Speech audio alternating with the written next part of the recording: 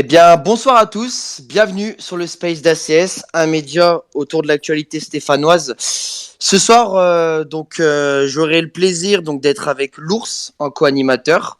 Je tiens Salut à d'abord tous. à remercier les intervenants qui vont pouvoir participer à ce Space ce soir. Au programme de ce soir, nous aurons l'après-match contre Montpellier, avec comme d'habitude une analyse autour de l'équipe. Pascal Duprat. En transition entre la première partie et la deuxième partie, on a mis au point une grande nouveauté pour le Space. On aura une chronique, d'ailleurs, qui sera donc tenue par Aaron Dices, que j'aurai donc le plaisir d'avoir ce soir. On aura le plaisir d'avoir ce soir à nos côtés. Voilà, et d'ailleurs, je te remercie pour ta chronique, Aaron. Et puis en troisième partie, eh bien, nous aurons l'avant-match de Clermont, avec le récapitulatif un petit peu des stats, les absents autour de Saint-Etienne. Et puis on fera un rapide tour autour de ce match contre Clermont. Donc les amis, dans un premier temps, bonsoir à tous. Donc merci. Et puis on va commencer du coup ce space. Donc le match contre Montpellier qui s'est soldé sur une victoire stéphanoise au terme de 10 minutes incroyables. 3-1. Donc les buteurs, nous avons Romain Mouma, nous avons Arnaud Nordin et nous avons Wabi Kazri. On va commencer tout de suite du coup par top flop. Donc messieurs, chers supporters stéphanois, on commence du coup votre ressenti un petit peu au niveau du top flop pour ce match. Bah écoutez, moi je vais commencer, si j'ai une personne, mais en top, forcément, on va dire les entrants, hein, donc Amouma, Oshish, Norda, et puis en flop, j'en ai retenu vraiment qu'un, sans doute. C'est Masson qui pour moi était à côté de ses pompes pendant les 55 minutes qu'il a joué. Donc il faudra peut-être je pense qu'il se remette un peu en question, mais voilà, ça a été mes top et flop. Je passe la main à d'autres. Ok, merci. Allez-y, prenez la parole les amis. Ouais, donc pour moi, au niveau des tops, je voudrais quand même parler de Sako, parce que pour un premier match avec Saint-Etienne, j'ai trouvé qu'il a été très intéressant de la défense à 3, très intéressant défensivement, même un petit peu offensivement, il a quand même apporté au niveau de l'attaque. Et voilà, c'est quelqu'un qui a été très serein, je trouve qu'il a une bonne vision du jeu. Il y a aussi Kolo Djezak, on le critique souvent, mais j'ai trouvé que dans ce rôle de piston, il a été aussi important dans ses qualités offensives et techniques. Quand il est loin de la défense, je trouve qu'on se porte mieux. Et puis là, même offensivement, il a su apporter du danger. Notamment, il a beaucoup centré. Je crois qu'il a centré quand même 9 fois. Ils étaient plutôt intéressants. Je crois qu'il y en a 3 qui ont atteint une cible stéphanoise. Et puis au niveau des flops, oui, pareil, Masson, un petit peu dans la régularité, j'ai envie de dire, de ces derniers temps, pas très en vue, il a raté pas mal de centres, donc voilà. Et puis les entrants, bien évidemment, en top, Aouchiche, Amouma, et puis Nordin, et puis même Tube qui est bien rentré, il a été bon, et puis physiquement, il nous fait du bien, je trouve. Ok, très bien. Je sais pas. La Green, bonsoir. Ah bah tiens, Lauch Piquito. Excuse-moi, j'arrive jamais à dire. Il est dur à dire. J'arrive jamais, j'ai du mal à dire. Vas-y. Alors du coup, pour mes top et flop, alors en top, je mettrais le petit Sako, la nouvelle recrue, et je mettrais aussi Norda du coup que ça a rentré, et Amouma du coup en top, donc 3 tops. Et en flop, je mettrais Masson, et aussi après je sais pas trop, mais c'est surtout Masson, ouais. Avec les centres un peu ratés, c'est un peu dommage, je trouve. Ouais, c'est vrai que Masson, il a pas apporté grand-chose sur les centres, effectivement. Les gars, ouais. Je rebondis juste sur Masson, on en a déjà parlé pas mal dans les space, les précédents space et tout, mais comme on avait déjà dit, Masson à droite, les gars, c'est une catastrophe. Masson, il est bon quand il est à gauche. À droite, il a toujours été nul et je pense qu'il sera toujours nul. On verra. Et toi, du coup, tu rebondis bien sur Masson. Donc toi, Masson, tu le mettrais où? Donc top, flop? Je pense que j'ai la réponse. Ouais, je le mettrais dans flop, il a raison. Flop. J'ai pas suivi le nom, là. Je sais pas c'était qui juste avant. C'est centre en première mi-temps, je pense que c'était vraiment une catastrophe. Ok. Il y en a pas un qui était réussi, il était à la rue. À droite, c'est une catastrophe ce joueur. Ok. Et tes top? Comme il a dit, Duprat, pas sur Mhm. son compo de départ, mais sur sa vision en deuxième mi-temps pour avoir fait rentrer Norda à un moment.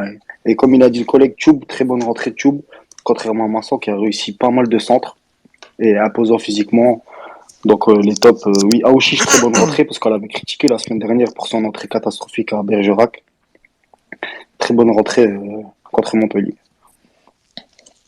Ok. La Green, Non, bonsoir. c'est un point de vue. La Green ou là? Bonsoir la Green. Hello la team, comment vous allez? Ça va. Tranquillement. Bien. Salut Très les content. auditeurs. Ça va la green? Ça va tout le monde? Ouais, bah écoutez, moi ça fait plaisir d'être là, en tout cas. Ça fait super plaisir de pouvoir débriefer avec vous un petit peu ce match. J'ai pu enfin trouver un plan justement pour reprendre un petit peu le projet tout doucement. Donc c'est super cool en tout cas. Merci à vous. Je vois qu'il y a du monde en plus, donc j'en profite pour saluer l'ensemble de nos auditeurs également. Alors, je vais rapidement rebondir sur les top et flop, vu qu'on est en plein dedans et que je veux pas te faire perdre trop de temps. Juste, je vois qu'il y a Around ce soir, donc gros big up à notre ami Around également. Ça fait plaisir de t'entendre. Autre que, sur, Moi aussi, ça fait plaisir de te revoir. autre que sur YouTube, parce que je t'entends sur YouTube. Ça change. Exactement. Alors, donc pour les top flops, alors c'est vrai que Masson sur ce match, même si je suis un grand défenseur de Masson, c'est vrai que son match à droite est compliqué. Paradoxalement, Masson à droite, je vais pas dire que c'est nul, mais c'est plus que moyen en tout cas. On a tendance à dire dans le foot moderne, normalement tu mets un droitier à droite et un gaucher à gauche. Là, bizarrement, lui, il fait un très bon latéral gauche. Après, c'est aussi parce qu'il est très bon contre-attaquant. Donc voilà. Peut-être, pourquoi pas, un jour, Masson un peu plus haut sur le terrain. Qui sait? Je crois que c'était contre Nantes que Duprat avait essayé ça. Donc en flop, clairement, à part Masson, je vois pas... J'ai pas spécialement de nom à mettre dans mes flops parce que franchement le match de l'équipe est plus que correct dans son ensemble. Vous me direz que je suis très gentil. Par contre dans les tops, effectivement, en numéro 1, je vais mettre le coaching de Duprat. J'avais déboîté Duprat contre Nantes, j'avais déboîté Duprat contre Lyon. Là cette fois-ci Duprat effectivement il s'est pas trompé, que ce soit dans sa compo de départ ou que ce soit dans sa vision et son coaching. Nordin, pareil, ça fait plaisir. Enfin, on retrouve du bon Nordin. Aouchiche qui montre que effectivement aussi peut-être que en sortie de banc, comme ça, avec moins de pression, avec un public derrière lui, on y reviendra au public, je crois, hein, il me semble squad en plus. Donc peut-être que c'est quelque chose qui peut jouer pour Aouchiche. Et puis comment ne pas mettre Kazri et Amouma que je mettrais vraiment, parce que les deux, moi je les mets vraiment number one sur ce match-là, mais avec des rôles différents. C'est-à-dire que Kazri, c'est dans son rôle de meneur sur tout le match, avec toutes les actions qu'il a pu provoquer, enfin le retourner, les frappes, ce qu'il apporte dans le jeu, il aboie, on le voit au début du match, on le voit au milieu du match. Enfin, il est tout le temps là en train de parler, de motiver les troupes. Et Amouma, en fait, c'est au moment où il rentre, tu sens qu'il y a quelque chose qui se passe en fait quand il rentre. Je sais pas si vous avez ressenti ça comme moi, mais au moment où il foule la pelouse de Geoffroy, on sent qu'il y a quelque chose. Même sur les premiers touchés de balle, on sent que il peut se passer quelque chose avec Amouma et pas manquer. Hein. Il nous met une super frappe en lucarne. Quoi. T'as de la chance parce qu'à un moment on va en parler. On va en parler d'Amouma. On va en parler. Moi les amis, donc top, c'est un peu comme vous. Top en premier, bien évidemment, c'est Pascal qui fait un coaching très gagnant. Pour moi, ça va être aussi Aouchiche. Je pense qu'effectivement, le public, ça lui a peut-être fait du bien. J'en suis même sûr. Kazri, je vais le mettre dans le top parce que Kazri, ça faisait longtemps que j'avais pas vu un Kazri qui arrivait à être bien placé sur son but. Et puis, bien évidemment, Nordin, qui enfin exprime toute sa qualité balle au pied. Qui d'ailleurs, moi je pense, franchement, Nordin à gauche, ça pourrait être pas mal, je pense, puisque c'est de là où part l'action. Et puis voilà. On a parlé du public. Toi, la Green, tu en as parlé. Pour moi, le public, il a eu sa place significative pendant ce match. Je sais pas ce que vous en pensez, et surtout pour la victoire, mené 1-0 jusqu'à la 82e minute, et en l'espace de 10 minutes réussir à décrocher une victoire. Je pense que le public a rempli son job de 12e homme. Qu'est-ce que vous en pensez, les amis? Je rejoins ton avis perso. Je suis d'accord avec toi parce que j'étais au match et j'étais dans les copes en plus, donc l'avantage c'est que franchement il y avait vraiment une grosse ambiance. On sentait que vraiment le public de A à Z il était derrière. Il y avait vraiment il y a pas une volonté de les siffler, de choses comme ça. Même quand on a pris le but, même à la 45e minute, quand il siffle la mi-temps, il n'y a pas de sifflet, au contraire, c'est vraiment, allez les gars, on va le faire. Parce que, je sais pas, il y avait quelque chose ce jour-là, il y avait une aura au stade, ou même, peut-être vous l'avez senti devant votre télé, ceux qui n'étaient pas au stade, mais il y avait une aura avec le public, il y avait vraiment quelque chose qui pouvait se passer, on l'a senti, et on a eu le nez pour une fois, les supporters. Ah si, je te rejoins sur le public, mais même à la télé, hein, ça s'est entendu quand même. Et du coup, moi, je rebondis sur mes top et flop. Alors, je vais commencer par les flops. Alors, c'est dommage parce que Masson, pourquoi on le met en flop, c'est sur son dernier geste. Et ça lui fait défaut parce que Masson, au niveau rapidité, il n'y en a pas beaucoup qui arrivent à le prendre de vitesse. Il fait souvent des bons retours, mais malheureusement, sa finition, du coup, lui fait défaut. Et j'en ai un deuxième, et ça pareil je l'avais dit sur le space d'avant, c'est Boudbouz. Alors pourquoi Boudbouz?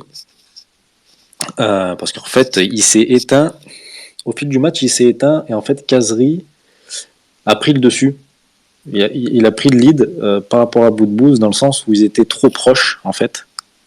Les deux étaient trop proches sur le terrain, et du coup Kazri il a pris le dessus. Du coup voilà pourquoi je le mets en flop, mais c'est pas par rapport à sa prestation, mais en fait il a été Kazri l'a éteint en fait par rapport à sa prestation.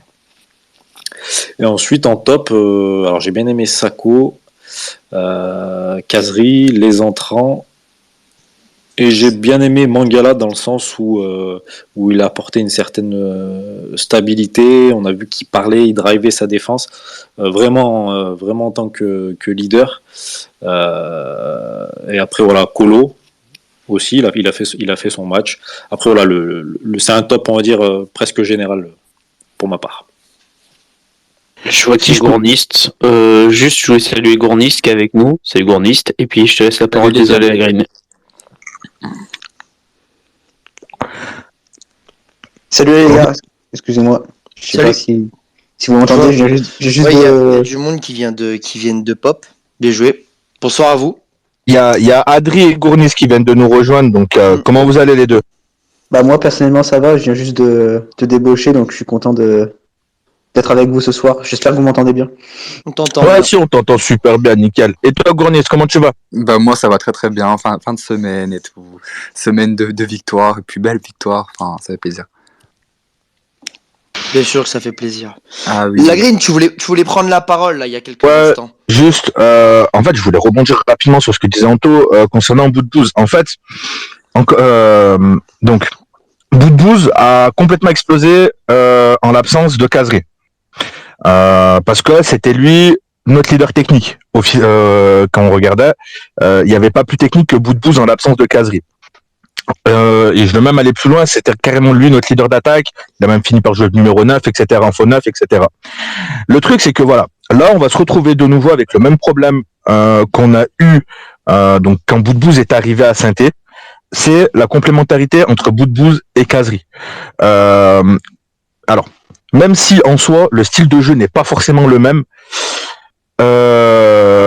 j'ai peur que ces deux joueurs-là, je vais pas dire qu'ils n'arriveront pas à s'entendre sur un terrain, mais ça me semble quand même compliqué quand tu vois l'un et l'autre comment ils jouent.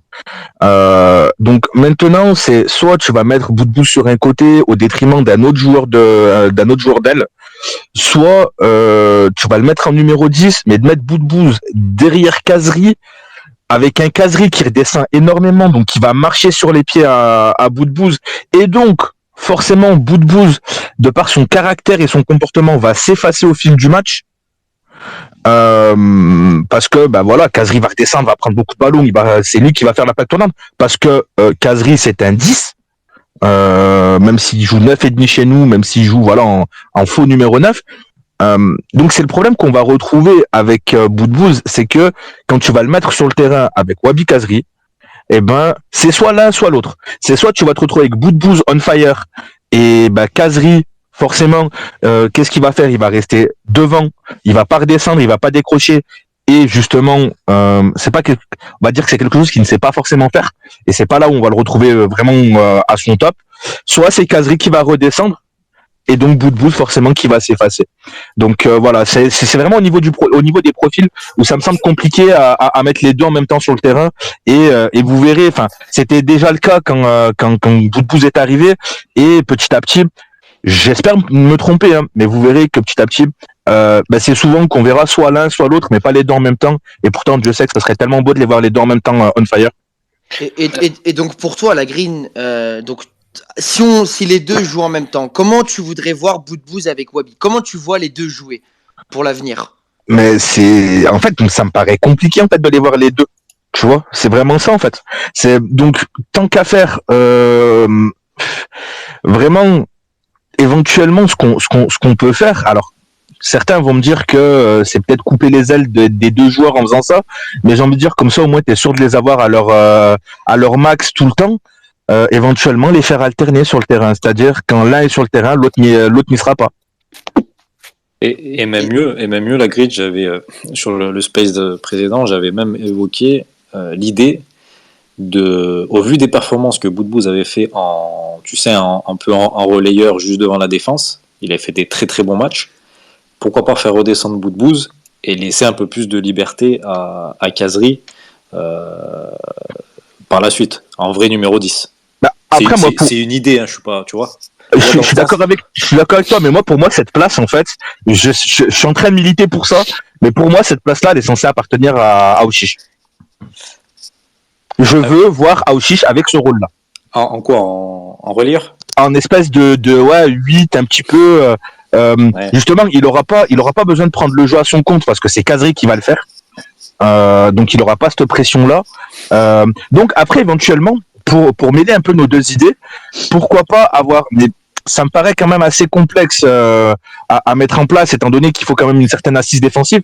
Mais pourquoi pas faire commencer Boudbouz en espèce de régista, voilà, et derrière justement mettre Aouchiche, parce que forcément, vu l'âge du gamin, vu l'expérience qu'il a, de le mettre titulaire tout de suite dans les conditions actuelles, c'est pas lui rendre service, et donc peut-être que oui, ça lui apprendrait le métier et ça le forgerait définitivement pour l'avoir opérationnel peut-être sur la saison prochaine, voire voilà. Moi normalement, quand j'ai vu Aouchiche arriver, j'ai dit normalement il doit commencer à avoir sa place de titulaire fin de cette saison, début de la prochaine. Donc voilà. Si on met Boudbouz en relayeur, il lui faut un mec à côté de lui qui cavale et qui récupère les ballons pour lui. Parce que Boudbouz, il peut pas récupérer, il sait pas faire, c'est pas son rôle. Il l'a jamais fait. Et le seul qui est capable de cavaler dans cette équipe, c'est Camara. Et le problème, c'est qu'on voit que Camara a des... Camara ou Mouefek? Ouais, mais Mouefek, si tu mets un double pivot, Mouefek, Boudbouz, je vois personne pour te récupérer des ballons, là. Les gars... Vas-y, Squad. Vas-y, Squad. Moi, c'est un débat intéressant. Hein, et donc, sur le match de Montpellier, la Green, comment Duprat, il aurait dû... comment, selon toi, Duprat, il aurait dû, enfin, putain, désolé, mais comment selon toi Duprat aurait dû adapter Kazri sur le match? Ben, le problème, c'est que au vu des forces en présence, c'est pour ça que je mets vraiment le coaching de Duprat au top du top en fait. Clairement, là, il pouvait pas faire mieux en fait que ce qu'il a fait au vu des forces en présence. Alors après, peut-être que quand tu vas le mettre avec quand tu vas mettre avec un, comment il s'appelle, avec Enzo Crivelli devant, parce que je crois que l'idée de Duprat, hein, c'est vraiment de faire une doublette Crivelli Kazri. Donc éventuellement, tu vois, et c'est là où je te dis, t'en mets un et tu mets pas l'autre. C'est-à-dire que tu fais Crivelli Kazri ou Crivelli Boudbouz. Tu vois. Crivelli, la Green n'a pas joué contre Montpellier, c'est dommage. Oui, c'est ça, c'est ce que je te dis. Mais là, enfin, franchement, contre Montpellier, comme je te disais, au vu de l'état de forme tu vois, au vu des billes qu'il avait, clairement, même comme il a fait jouer Boudbouz, etc. Peut-être éventuellement d'aller décaler Boudbouz sur un côté, mais comme je te dis, tu lui enlèves de ses qualités d'aller mettre Boudbouz sur un côté, tu vois. Mais il aurait pu le faire, il aurait pu le mettre à la place de Zaidou. Et les gars, juste, moi, je voulais vous poser une question parce que on a parlé aussi de Kazri, Wabi Kazri, donc forcément, c'est notre leader technique, comme tu l'as dit, hein, la Green, c'est un leader technique, clairement, c'est le leader de la Saint-Etienne. Clairement, on voit qu'il a vraiment sa place déterminante dans le 11 de Duprat, hein, ses stats le parlent pour lui-même, il a fait quand même 11 tirs contre Montpellier, il a été vraiment le leader technique. Vraiment, on voit tout de suite, on peut pas se passer de Kazri à l'heure d'aujourd'hui, on peut pas se passer de lui. Moi, je sais pas comment vous quelle est votre opinion sur ce magnifique joueur qui est Wabi Kazri. L'ours, pour te compléter, ces 11 tirs, ce sont en un match le plus de tirs pour un attaquant dans toute l'Europe. Donc ça veut dire que je pense qu'il devance Mané et Salah, un truc comme ça, enfin un des deux. Et il a fait un super bon match et vraiment... c'est une sacrée stat. Hein. C'est une sacrée stat, ouais, vraiment 11 tirs en un match. Et puis on a fait quoi en tout? On a fait 27 tirs, un truc comme ça. Ouais, c'est 27 tirs. Mais même quand tu prends Saint-Étienne dans sa globalité, 27 tirs sur un match, c'est énorme. Mais on n'avait pas fait autant de tirs depuis 2013, un truc comme ça, non? Non, pour le coup, c'est un vrai match maîtrisé. 2013. Ouais, c'est un vrai match maîtrisé pour le coup. Enfin, maîtrisé dans le sens au niveau des stats. Parce que bon, on prend un but encore évitable. Hein, mais, le but. Et encore Kazri sur ses 11 frappes, il a pas de réussite. Hein. Le gardien, il en sort celle qui sort avec la main opposée là. Je crois qu'il a 2 mètres et il tend la main. C'est qui? C'est Omlin. C'est ça. Tu vois, il a pas trop de réussite, hein, parce que il peut encore. Il a retourné aussi. Hein. Et là, la retournée, oui, aussi. Mais effectivement, je pense que Duprat, il doit s'appuyer et il va s'appuyer parce que, rappelez-vous, il avait dit quand j'aurai tout le monde, je ferai mon choix pour le capitanat. Bon, on a compris qui c'était, du coup, c'est Kazri. Et du coup, il faut qu'il construise autour de lui, autour de Kazri. Et je pense que là, avec tous les retours qu'on a, offensivement, on a du monde aujourd'hui, maintenant. Et puis on a du monde aussi qualitativement, parce que Sako, c'est pas le dernier au niveau technique. Amouma, on sait tous ce qu'il vaut. Donc il y a moyen de faire quelque chose de bien autour de Kazri. Après, on n'est pas dans la tête du coach. En fait, moi, j'ai envie de dire que pour une fois, depuis bien longtemps, on a beaucoup de joueurs confirmés et on est là à se poser la question. Et tu vois, quand tu dis mais en pointe je vais mettre Kazri, non en pointe je vais mettre Crivelli, non je vais mettre Amouma. Alors après, hein, chacun a des états de forme différents, etc. Ça, il y a pas de souci. Hein. Mais il y a quelques semaines encore, on était là à dire on va mettre Léry en pointe, on va mettre Jay en pointe. Tu vois, des mecs qui ont 1-2 matchs pro dans les jambes. Là, on parle quand même de mecs qui ont de l'expérience et je pense que ça va être déterminant pour cette fin de saison. C'est surtout si le nombre de choix que tu peux avoir. Moi, c'est vraiment sur ça tout que je trouve qu'on a quand même bien bossé, c'est que maintenant on a vraiment un groupe étoffé. Alors, on n'a pas des grands joueurs, machin et tout. Enfin, on a des grands joueurs et d'autres moins grands, tu vois. Mais globalement, on a quand même pas mal de joueurs de niveau Ligue 1. Alors, même si c'est pas non plus des grands joueurs de Ligue 1. Et c'est ça qui est intéressant, c'est ça qui est cool, et c'est ça pour ceux aussi qu'on compte un peu tous au maintien, c'est parce que t'as du choix, putain. Enfin, quand tu te dis ma défense et tout, j'étais 9 défenseurs centrales. Sur les côtés, il commence à avoir un peu du monde aussi. Il y a même des jeunes qui commencent un peu à sortir du lot. En attaque aussi, en pointe avant on avait personne et maintenant on commence un peu à avoir du monde. Enfin, c'est une chance aussi. Et je pense que pour le maintien ça peut beaucoup nous aider. On va dire qu'aujourd'hui, il y a la concurrence. Exactement. Alors qu'avant, il en manquait. Et Alors qu'avant, ça peut aider, certains joueurs à un peu comme disait Kazri, à se rentrer les doigts. Mais non, il y a des joueurs qui peuvent éclore, je pense, éclater en fin de saison après. Écoute. Mais bien sûr, et puis ce que j'ai bien aimé, c'est que, alors je sais pas si vous avez tous regardé la conf de presse de Duprat avant ce match, mais il dit, mais moi je vais pas faire de l'off, de machin et tout, il y aura tout le monde dans le même bateau, et puis je prendrai au plus méritant. Et ça j'ai bien aimé parce que ça se voit que pour lui, alors oui, il y a peut-être un peu ces joueurs cadres, et bien sûr qu'il y en aura toujours, mais ça sera aux joueurs plus méritants, ça sera pas aux meilleurs ou machin et tout, et j'aime beaucoup. Mais justement, pour rattraper un petit peu le fil, un petit peu de cette émission, pour revenir un peu sur le public, etc. Justement, le public peut être à double tranchant. Voilà, parce que quand tu vas avoir des jeunes joueurs, je rebondis sur ce que tu disais, Gournis, par rapport aux jeunes, etc., qui peuvent éclore. Donc, ton public, voilà, surtout à Geoffroy, il peut être à double tranchant. C'est soit il te siffle et t'as les jambes, ça devient du coton, soit il te pousse et t'as l'impression d'avoir des ailes. Justement, ce qui s'est passé là contre Montpellier, vu que le public était là, était chaud, et puis on sentait qu'il y avait quelque chose. Quand les entrants quand il y a eu les joueurs qui étaient en sortie de banc, je pense notamment à Nordin et à Oshish, parce que bon, à Mouma, il n'y a pas de souci, il gère. Mais je parle vraiment au niveau des jeunes. Donc justement, quand t'as tes jeunes là qui sont poussés, parce que t'as déjà en fait les papas, ils ont fait le taf, on va dire. Tu vois, les papas, ils ont genre juste 20 000 personnes. Imaginez, il y en a eu 35 ou 30 ou 35 000, quoi. Exactement. Et donc je pense que justement d'avoir le public comme ça qui te pousse en sortie de banc avec justement des scénarios qui petit à petit, on l'espère en tout cas, vont devenir favorables. Et ben à ce moment-là, ça va justement aider les jeunes à éclore et je veux faire aussi une mention honorable à notre ami Sako, alors pas l'attaquant, le défenseur, Falay, qui justement, on l'a vu rentrer petit à petit dans son match et être de mieux en mieux. Et justement, enfin, je pense que vous êtes tous d'accord avec moi pour dire que ça peut être une très très bonne alternative, notamment à Masson à droite. Notre ami Falay Sako. Polyvalent, il peut jouer. Les gars, déjà. Tout le monde va Salut bien. Louis. Salut. Je suis venu un peu à l'improviste, j'avais pas vu qu'il y avait un space, alors je me suis dit. Ah là là, tu suis pas le programme d'ACS, c'est pas bien ça, Louis.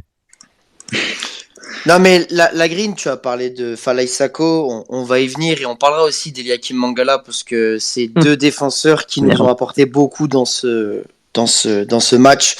Et sinon, Squad, je voulais juste finir un truc, mais vraiment, alors là, c'est court. C'est pour dire que, alors je sais pas si vous vous rappelez, quand Duprat arrivait, le nombre de critiques qu'il y avait eu sur tactiquement comment ça allait se passer, machin, que premier entraînement et tout, il dit faut plus aller presser haut, machin. Excusez-moi, mais moi depuis quelques matchs, à part Bergerac et Lyon, c'est tout sauf l'inverse que je vois en fait. Enfin, c'est tout sauf ça en fait que je vois. Enfin, excusez-moi, mais ouais, c'est de la com ça. Tactiquement, mais excusez-moi, mais pour moi, Duprat, c'est super correct. Et puis le match qu'il nous a fait, enfin, je sais pas si vous avez vu le thread et tout, qui a beaucoup tourné là ces derniers jours, qui montre comment Duprat avait organisé son jeu face à Montpellier. Bah, honnêtement, il a bossé vraiment. Et c'est pas genre juste on met un bloc derrière et on attaque. Quand tu fais 27 heures dans un match, t'as pas mis le bloc derrière. Et honnêtement, j'aimerais vraiment fisser Duprat et heureusement ça fait mentir certaines personnes parce que moi je trouve qu'il fait bien son taf et que c'est super bien géré quoi. Ouais, mais ça de toute façon voilà, le coaching gagnant il était là. Mais juste recentrons-nous un petit peu sur le sujet. Non mais c'est pour ça que j'en peux en profiter parce que bien sûr. Le match qu'on a eu il montre, enfin c'est totalement cohérent avec le match tout qu'on a vu ce week-end. C'est que tactiquement ça allait super bien et même sans le coaching entre guillemets, c'est juste tactiquement sans les entrées ou je sais pas quoi, tactiquement ça marchait. Tactiquement c'était bien fignolé, il y avait rien à redire sur la tactique et même si on aurait perdu 1-0, je pense pas qu'il y aurait grand monde qui aurait pu rechigner sur la tactique et sur ce qu'il y avait sur ce qui avait été fait par Duprat. Ben, moi, pour être honnête, les gars, j'ai vu l'ouverture du score Montpellier-Rennes, je me suis dit, ah, ça va être dur de marquer et tout. Et là, on a bien vu qu'avec le déclic d'Amouma, on est passé comme du beurre. Hein. Mais honnêtement, on n'a pas. surtout, Mais parce que en Ligue 1, c'est souvent ça, excuse-moi Gournis, en Ligue 1, c'est souvent ça. T'as des défenses qui au premier abord te semblent solides, en fait, tant qu'elles vont être en confiance, tu vois. Mais une fois que t'as passé le premier but, en fait, le reste s'enchaîne. Ouais, mais t'as raison, la Green. T'as raison, t'as totalement raison. Tu vois. Et donc, c'est pour ça que on doit apprendre à maîtriser nos débuts de match et justement ne pas nous faire surprendre comme on le fait encore. Alors, justement, si vous voulez qu'on parle tactique et qu'on revienne sur Montpellier, et justement, moi, je vais vous parler de Mangala parce que je sais que Squad voulait qu'on en parle. Sur le premier but, les gars, on va se dire les choses. Il est pour Mangala le premier but. D'accord. Donc c'est lui qui se fait manger. Il sort mal. Et puis voilà, ses premières interventions. Je vais pas dire à moi la peur, mais voilà, il prend notamment, il me semble à un moment donné un jaune. Si mes souvenirs sont bons. 15 minutes. Voilà, et le jaune, il est bien orange. Super. Attends, moi juste le jaune. Non, sur le jaune, il y a pas jaune, hein. Il y a rien. Le jaune, il y a une faute. C'est vrai que le jaune, il a abusé, Attendez les gars. En fait, c'est Les amis, mettez-vous d'accord. Écoutons-nous chacun. L'ours, vas-y. Alors, moi, ce que j'ai trouvé pour Mangala, je vais vous dire, honnêtement, oui, les premières minutes ont été compliquées, mais on va pas non plus se cacher. Ce mec-là s'est très bien rattrapé sur l'ensemble du match qu'il a fait. Moi, j'ai trouvé ça plutôt bon pour un mec qui a pas joué depuis un bon moment, et surtout, on a vu qu'il avait une vraie qualité de leader. Tu le voyais, il parlait, il organisait la défense, il organisait les trucs, et puis bon, j'ai envie de te dire, ok, il prend un carton jaune. Les gars, il est là pour mettre des coups. Il a mis des coups. Il a montré à Montpellier, les gars, vous allez pas passer comme ça. Vous allez en prendre des coups face à moi. Exactement. Et c'est ça qu'il fallait faire. L'ours. Donc l'ours, pour toi, la prestation du coup de Mangala, pour toi, elle est encourageante. Ah, mais elle est totalement encourageante. Moi, s'il me fait des prestations comme ça, où il donne des coups, il montre aux adversaires que ça va pas être une partie de plaisir, mais totalement. On avait besoin de ça. Mais les gars, je suis totalement d'accord. Vous vous rappelez ce qu'on avait dit au Space la semaine dernière? Qu'il fallait des joueurs qui mettent des coups, qui soient méchants et qui fassent des fautes. Alors peut-être des moments qui prennent des cartons, mais qui montrent aussi en face, à l'équipe d'en face, qui on est et qu'on donnera tout pour se maintenir. Et la Green avait totalement parlé sur ça pendant quelques minutes sur ça la semaine dernière. Et c'est ce que Mangala a fait. Alors oui, il met une semelle, oui, machin. Sauf que il est là et il montre c'est qui le patron.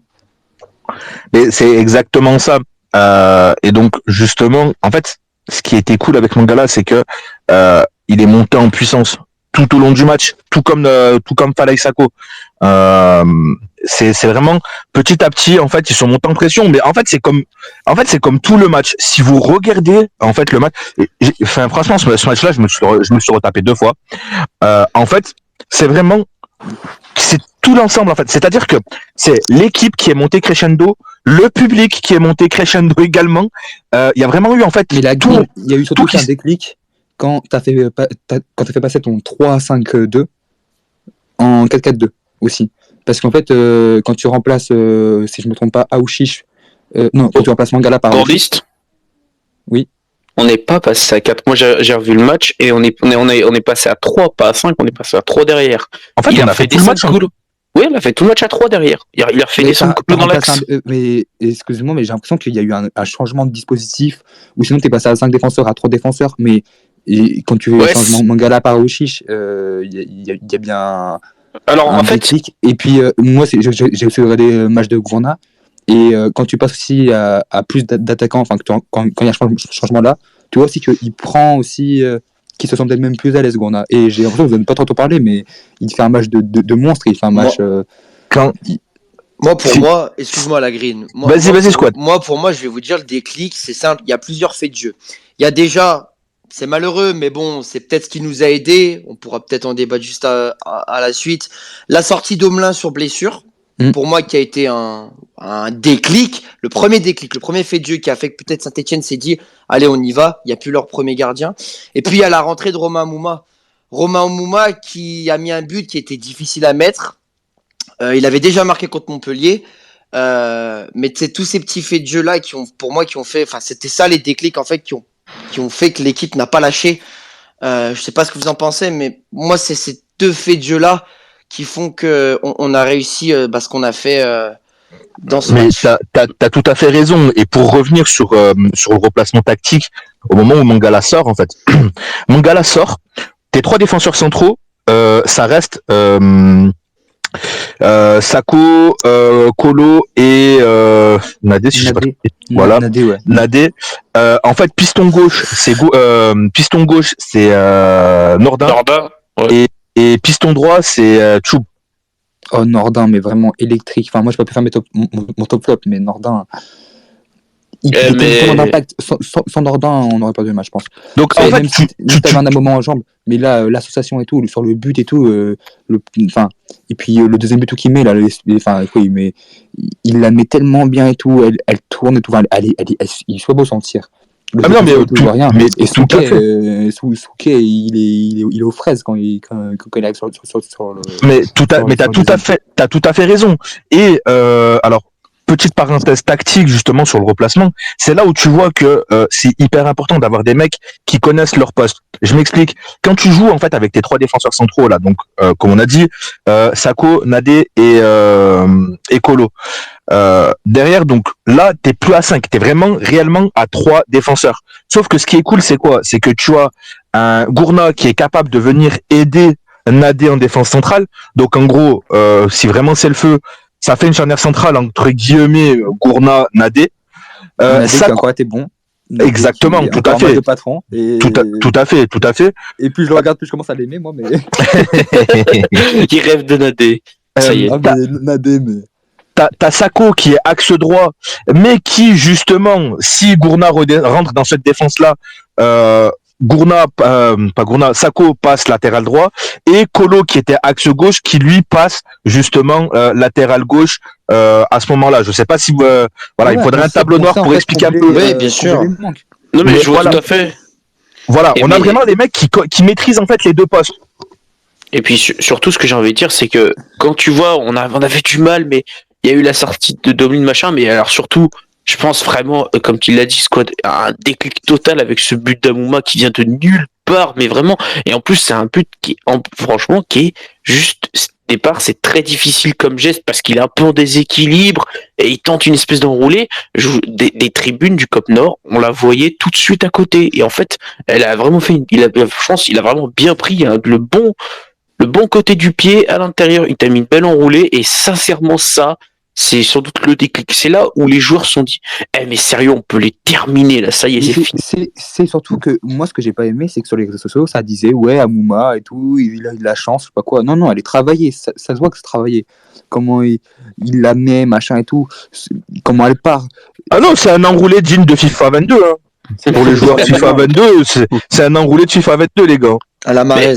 Non, mais c'est surtout. Non, mais elle est travaillée, ça se voit qu'il la met pas par hasard, quoi. Après, il fait quand même un double contact, les amis. Hein. Il a quand même une technique pour apporter son ballon devant la cage. C'est vraiment double un but contact. C'est vraiment. Les gars, il est magnifique. il faut revenir sur la frappe d'Amouma. Moi, j'étais au Cop Sud. Et pourtant, la frappe, dès qu'il la tire, moi, personnellement, je la voyais. Je suis honnête avec vous, je la voyais totalement à côté. Hein. Et là, je vois l'effet. Oui, je vous dis, avec mon collègue, on n'était pas bien. Hein. On a vu qu'il était entré, je vous le dis. Hein. Nous, on était contents, personnellement. Moi, j'étais content, mais en même temps, j'étais choqué. Oh, j'ai fait des vidéos Snap, mais je vais pas vous les montrer parce qu'après, vous m'avez traité de trisomie. Alors, mais non, t'inquiète pas. C'est pas grave. Mais... Je t'envoie à toi, mais pas les autres, parce qu'après, vous m'avez traité bizarre. Pour finir un petit peu sur ce match-là. Est-ce que tu me permets que je rajoute un truc sur Sako? Bien sûr, vas-y. Voilà, parce que pour moi, Sako, c'était mon chouchou du match. J'ai pas honte de le dire. C'était vraiment mon chouchou. Il a fait mais mec, mais honnêtement, moi qui regarde un peu le championnat portugais, franchement, je m'attendais vraiment pas du tout qu'il fasse un très bon match de sa part.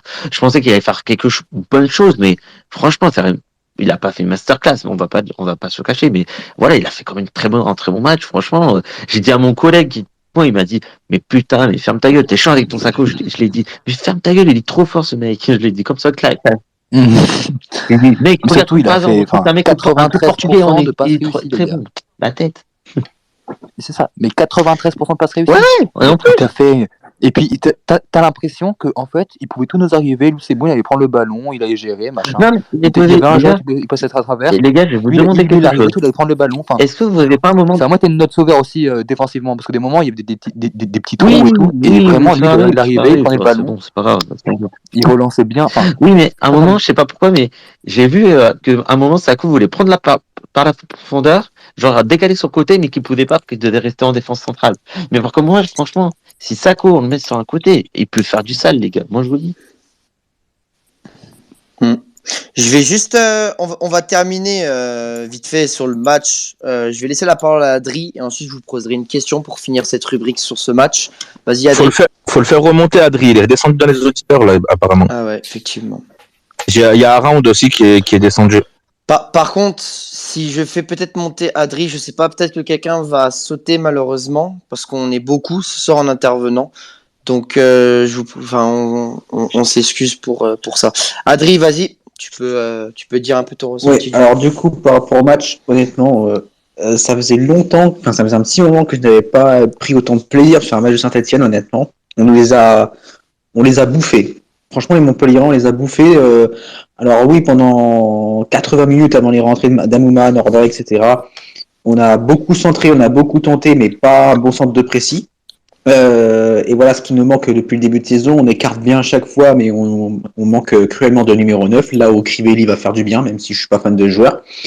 Et honnêtement, même si le scénario est cruel pour les Montpellierins, il n'est pas volé pour nous, car on a fait notre match. Alors oui, c'est toujours pénible qu'on concède l'ouverture du score sur leur seule occasion quasiment. Mais j'aime bien comment on a réagi. Alors maintenant, contre Clermont, j'espère vraiment qu'on va ouvrir le score directement et si c'est le cas, essayer de marquer le deuxième but rapidement possible. Et sinon au niveau des tops, bon, je vais pas dire que je vais mettre tout le monde parce que sinon c'est un peu de la triche. Mais pour moi, les seuls flops de ce match, c'est Masson, même si ce gars-là a beaucoup de générosité, il fait beaucoup de montées, il propose beaucoup. Ses centres sont imprécis, je dirais même inutiles, quoi. Parce que la plupart du temps, c'est toujours contré. En fait, il y a juste eu un bon centre pour Bouanga en première période. Et d'ailleurs, le deuxième flop pour moi, c'est aussi Bouanga qui malheureusement, il n'a pas montré grand-chose. Je trouve offensivement, il n'a pas beaucoup apporté. Ce que Amouma elle a fait à sa rentrée en jeu avec Arnaud Nordin, etc. D'ailleurs, très content pour Amouma. Hein. Pour ceux qui ne le savent pas, c'est mon joueur préféré avec Kazri, donc de l'effectif actuel. Donc voilà. Sinon, je serais content d'Evian. Maintenant, j'attends une confirmation parce qu'on connaît nos Stéphanois. Malheureusement, on est un peu trop irrégulier. Il y a un match où on peut être incroyable contre Montpellier, puis le match d'avant, on se fait éliminer logiquement contre Bergerac sans proposer grand-chose. Donc j'espère qu'au Clermont, ça sera pas un match piège, quoi. Voilà ce que j'avais à dire sur ce Saint-Etienne-Montpellier. Et justement, les gars, vous avez vu que on a donc cette victoire face à Montpellier, elle était super importante. Déjà, elle nous fait beaucoup de bien, mais bon, malheureusement, on est toujours dernier. Mais il y a aussi quand même une stat qui fait parler, c'est que Duprat, donc là déjà quand même est à 8 matchs et a déjà 4 victoires, donc il y a quand même 50% de victoire pour Duprat. Et surtout, avec cette victoire-là, est-ce qu'on peut on peut surtout enfin y croire au maintien, parce qu'on n'est plus qu'à 2 points seulement du premier non relégable. Donc, mais bien sûr. On peut surtout y croire encore plus. Et surtout, est-ce que vous pensez qu'il y a un véritable effet de Duprat sur le groupe? Ça va être très dur. Je me permets, comme ça après vous pourrez tous ensemble enchaîner dessus. Tu t'en rappelles, Squad? Perso, j'avais dit on regardera la position de Saint-Etienne après le match du Paris Saint-Germain, pas avant.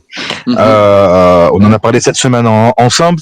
Voilà, il va falloir tourner à peu près à 6 points par chaque mois en fait. Donc janvier, février, mars, avril, mai. Il va falloir faire minimum 6 points par mois. C'est ça. Ce qui représente clairement le parcours d'un club qui va jouer la Coupe d'Europe. Donc c'est énorme hein, ce qu'on demande à Saint-Étienne de faire. Le truc c'est que si tu fais tes 6 points par mois, à la fin tu arrives à 30 points.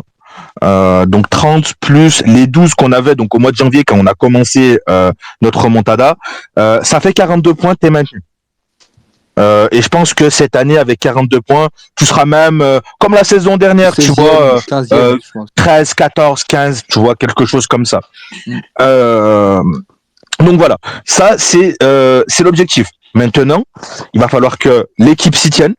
Il va falloir, c'est pas choisir ses matchs, mais il y a des matchs qui vont être cruciaux, notamment toutes les confrontations directes, où là tu vas pas avoir le choix. Il va falloir que tu te mettes le cul par terre. Excuse-moi de Le week-end, l'expression. par exemple. Hein. Voilà, notamment ce week-end où t'as pas le choix, t'es obligé de gagner.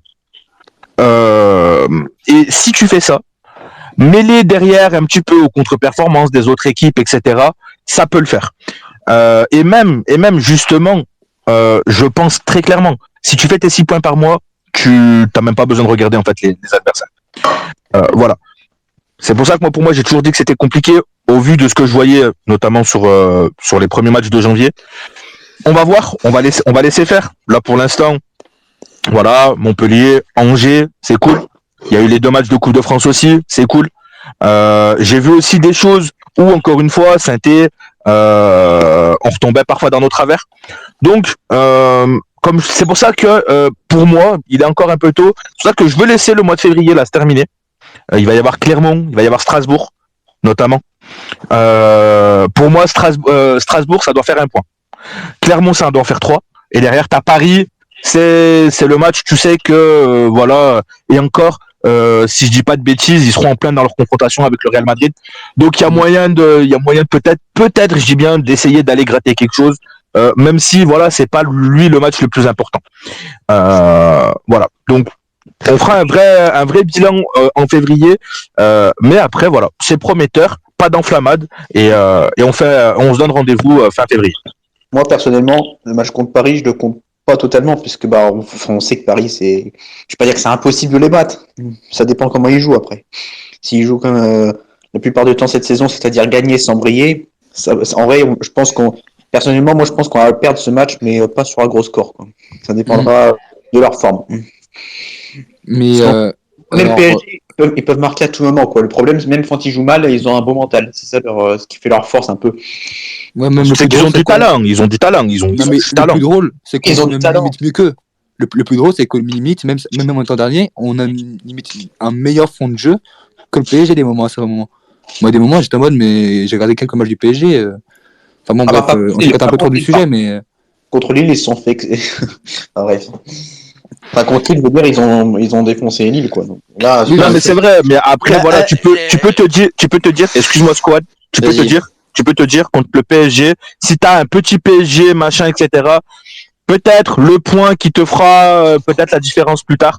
Mais voilà, c'est pas Paris qu'il Le faut match cocher. du PSG, le match du PSG, les gars, voilà, c'est pas Paris qu'il faut cocher, effectivement. Exactement. Après Paris, peut-être qu'ils vont être amoindris parce que ils vont jouer juste après le match du Real. Donc ça, on verra. Mais le PSG, déjà, c'est pas la même classe pour commencer. On le sait tous, peu importe, c'est pas la même classe. Mais je vais juste simplement dire, moi, ce que je pense aujourd'hui, c'est que tous les matchs à confrontation directe avec les 4 premiers qui sont au-dessus de nous, tous ces matchs-là, il faut les gagner. Tous ces matchs-là, il faut les gagner.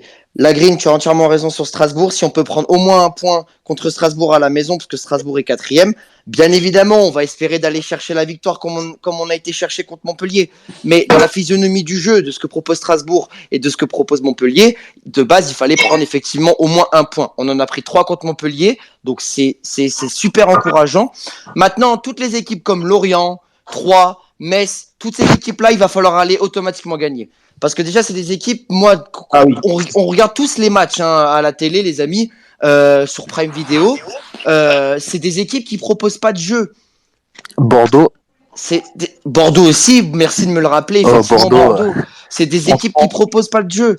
Et après, attention, toute proportion gardée, parce que on a vu Lorient, ce qu'ils ont fait le week-end dernier contre Lens. Ils ont été gagnés 2-0. Donc bon, eux aussi, mentalement, ils vont être au-dessus, je pense. Mais voilà, mais ces matchs-là, il faut aller chercher 3 points. Il n'y a pas de discussion dans le vestiaire. Il faut que Pascal Duprat dise maintenant, les gars, je veux aller chercher 3 points. Vous avez un public derrière, vous devez vous maintenir, donc je veux aller chercher 3 points. Voilà, moi c'est ça ce que je voulais dire sur ces matchs-là. Moi je suis sûr. Vas-y, l'ours. Bah, là où il a raison, c'est surtout des confrontations directes. Bah, après, l'avantage, c'est qu'on va pas jouer là. On va jouer un Nice, on va jouer un Clermont qui a gagné à Nice, qui a certes la confiance, mais attention, ça reste quand Ça peut même. être un peu trop. Ils peuvent arriver en disant, putain, les gars, on a battu Nice, c'est bon, on va battre Saint-Etienne. Et justement, ils peuvent y aller avec la fleur au fusil.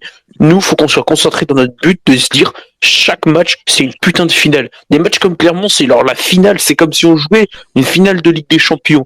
Les finales de maintien, c'est des finales de Ligue des Champions à jouer. Voilà comme dans quoi il faut jouer, avec cette mentalité de se dire, on va se battre. Ça va pas être le plus beau spectacle, mais le but, c'est de se battre et de prendre 3 points à Clermont. C'est ça le but, c'est surtout ça. Totalement. Voilà. Alors attention, hein, on n'est pas guéri. Attention, on n'est pas guéri, loin de là. Là, la chance que nous avons et que Duprat a, c'est qu'il va récupérer tous les cadistes. Les recrues ont fait une bonne première impression, à confirmer.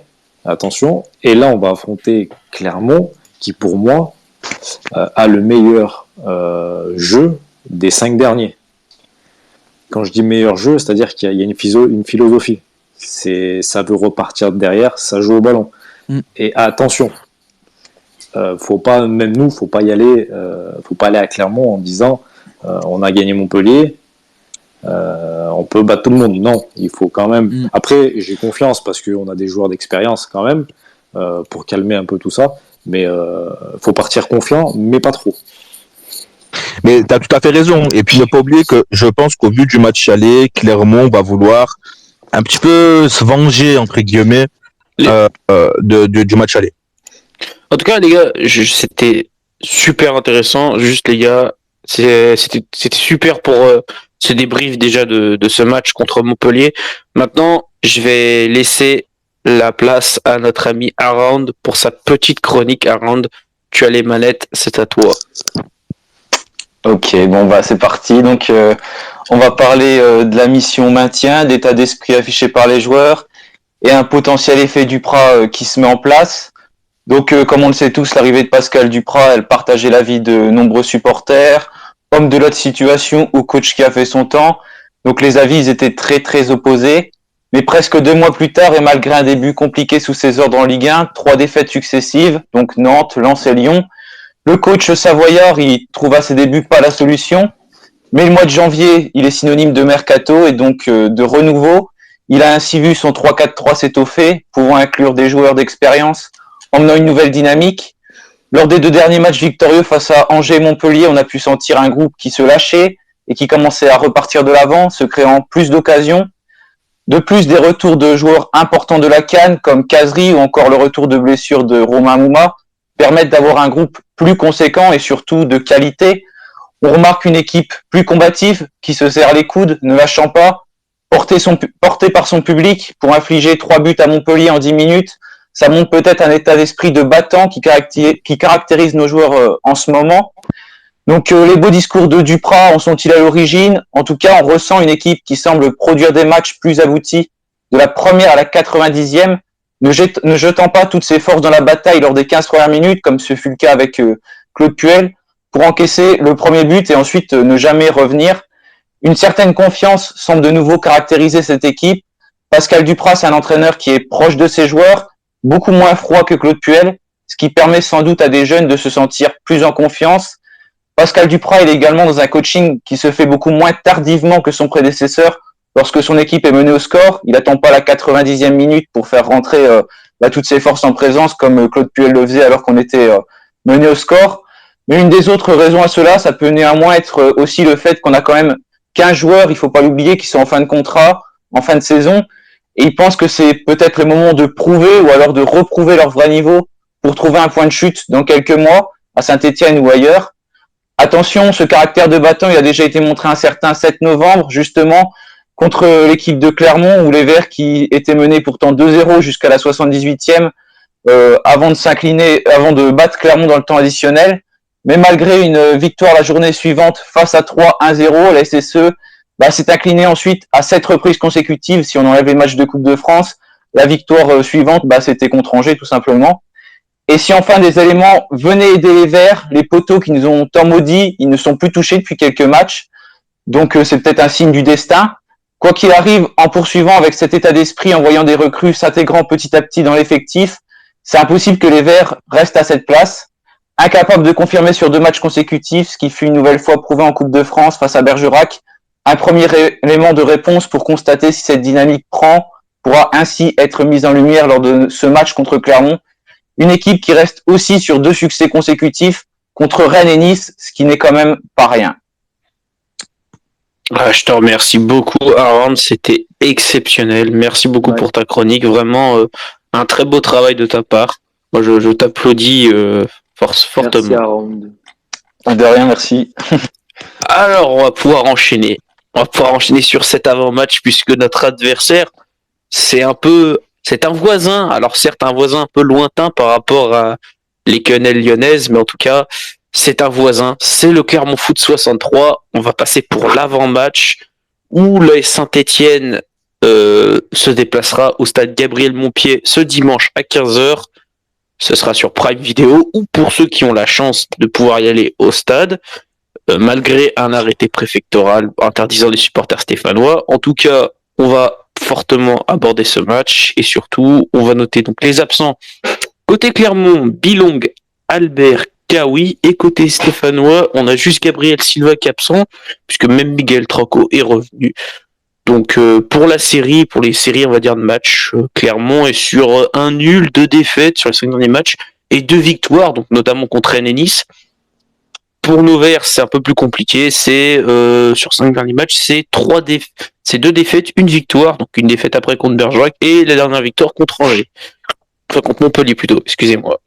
Donc, selon vous, et selon la globalité de ce match, est-ce que l'AS Saint-Étienne va être capable de prendre les 3 points à Clermont, sachant qu'on l'avait déjà fait à la phase aller, dans un match un peu rocambolesque, on va pas se le cacher? Alors, je me permets. Vas-y. Alors, déjà, gros big up à Around. Je rêvais d'avoir une chronique comme ça de Around chez ACS et on l'a. Donc, merci à toi. Donc voilà, et merci à toute l'équipe à ACS qui a fait en sorte que Around puisse être là et faire cette chronique-là. Maintenant, pour rebondir sur l'avant-match de Clermont, alors, quand tu regardes les absences de Clermont, et quand tu regardes, nous, alors on arrive avec un groupe au complet, etc.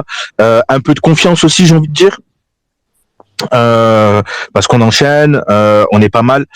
Maintenant, voilà, il va falloir faire attention. Comme on disait tout à l'heure, c'est une finale.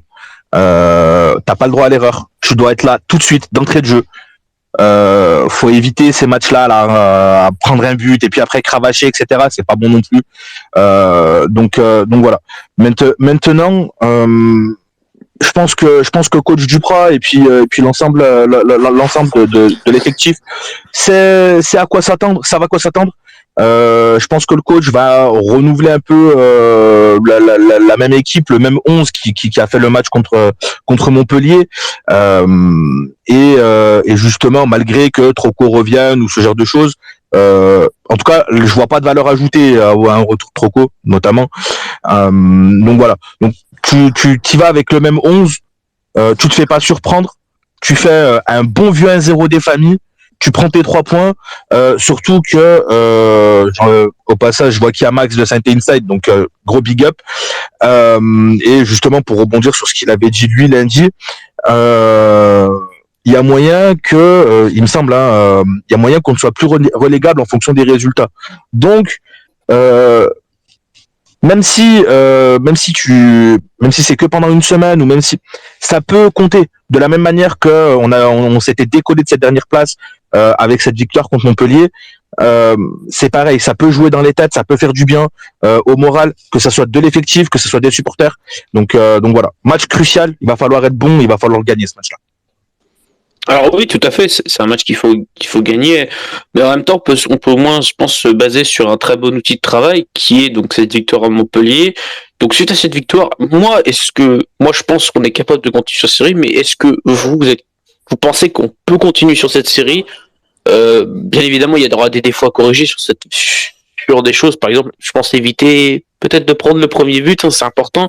Comme tu l'as dit, la Green, même à vieux à 0, on est preneur. Mais selon vous, est-ce qu'on peut continuer sur une bonne série? C'est avant tout quelque chose qu'il faut savoir. Bah, Ouais, moi, pour l'ours, moi, alors, ouais. déjà, j'aimerais. Clermont, déjà, c'est une équipe que j'ai regardé un peu jouer cette saison en Ligue 1 et même la saison dernière en Ligue 2. Et c'est vraiment une très très bonne équipe qui a ses principes de jeu et qui ne renonce pas à faire du beau jeu. Après, voilà, je pense que dans ces 5-6 équipes et tout qui jouent le bas classement, c'était une des équipes qui joue le mieux. Parce qu'il y a des bons joueurs, parce que il y a un bon coach. C'est vrai que il fait des très belles choses, Pascal Gastien. Et, et donc il faut quand même vraiment se méfier de ça, même si on en est quand même sur 2 victoires de suite en championnat. Après, c'est vrai que aussi ils viennent aussi de gagner quand même le grand gestioniste de notre cher Christophe Galtier. Donc il faudra aussi se faire attention, même si peut-être que cette victoire peut aussi, comment dire, les mettre peut-être un peu trop en confiance, je pense. Après, on verra bien. Voilà, comme a dit la Green, je pense qu'on se contentera tous d'un 0 des familles, un truc, voilà, limite même faire un match pas non plus spectaculaire, mais voilà, bien les bloquer et pouvoir marquer un but comme ça. Voilà, on prend. Voilà. Effectivement, est-ce que quelqu'un veut compléter la très bonne Ah oui. analyse de Gournist? Vas-y, Gournist. L'ours, si on gagne le match et que des équipes qui sont au-dessus de nous perdent, on pourrait passer à la 16e place. Voilà. Ah, ça c'est. C'est pour compléter la green, ouais, j'avais vu ça. Donc ça pourrait aussi pas faire du bien. Et mentalement, même si t'es à 3 points même de la 20e place, bah t'es 16e et ça fait quand même du bien à ta tête et ça fait du bien. Enfin, je pense que tes joueurs travaillent que d'être mieux, même en étant 16e à 3 points du relégable que en étant 19e à 2 points du non relégable. Enfin, je pense. Ouais, justement. Alors, est-ce qu'il y en a qui voudrait compléter les propos de Gournist ou est-ce que peut-être. Moi, je vais pas compléter les propos de Gournist. Moi, je vais rester dans l'optique du match qu'on a fait contre Montpellier. Je vais rester aussi dans l'optique du match et du mental que les joueurs ont proposé cette saison. On a un calendrier quand même, les gars, où effectivement, on va aller à Paris. Mais le calendrier, en tout cas, on a la chance qu'il soit quand même un petit peu en notre faveur. Euh, Même si on a joué Montpellier, qui joue les places européennes, on a réussi à aller chercher 3 points, donc ça tant mieux. Mais bon, là on va jouer contre Clermont. Clermont, effectivement, on peut dire que ça propose du jeu, mais il n'empêche que Clermont, bah, ils ont gagné contre Nice, mais ils proposent pas non plus un foot exceptionnel. Donc moi je pense. Après c'est mon avis. Oui, bien sûr, bien sûr. Clermont, à l'heure actuelle, ils ont fait un bon début de saison. Ils ont là, au terme de cette milieu de saison, Clermont, voilà, c'est la Ligue 2. Clermont, on sent qu'encore il y a des lacunes, ce qui est d'ailleurs normal. Donc moi, je vais rester dans l'optique où non, Saint-Etienne peut aller chercher 3 points. Je vais pas dire facilement, mais Après, Squad, enfin, moi, c'est vrai que Clermont fait des mauvais résultats, mais il y a vraiment des principes de jeu. Enfin, moi, je comparais plutôt peut-être en première ligue à un Leeds, par exemple, de Marcel Bielsa, qui peine et qui est au fin fond du classement de première ligue et qui a quand même des principes de jeu et qui joue bien au football. Mais je pense que ça peut quand même aussi nous surprendre. Honnêtement, voilà, ce qu'ils font en Ligue 1, c'est quand même pas mauvais et ils mériteraient de se maintenir.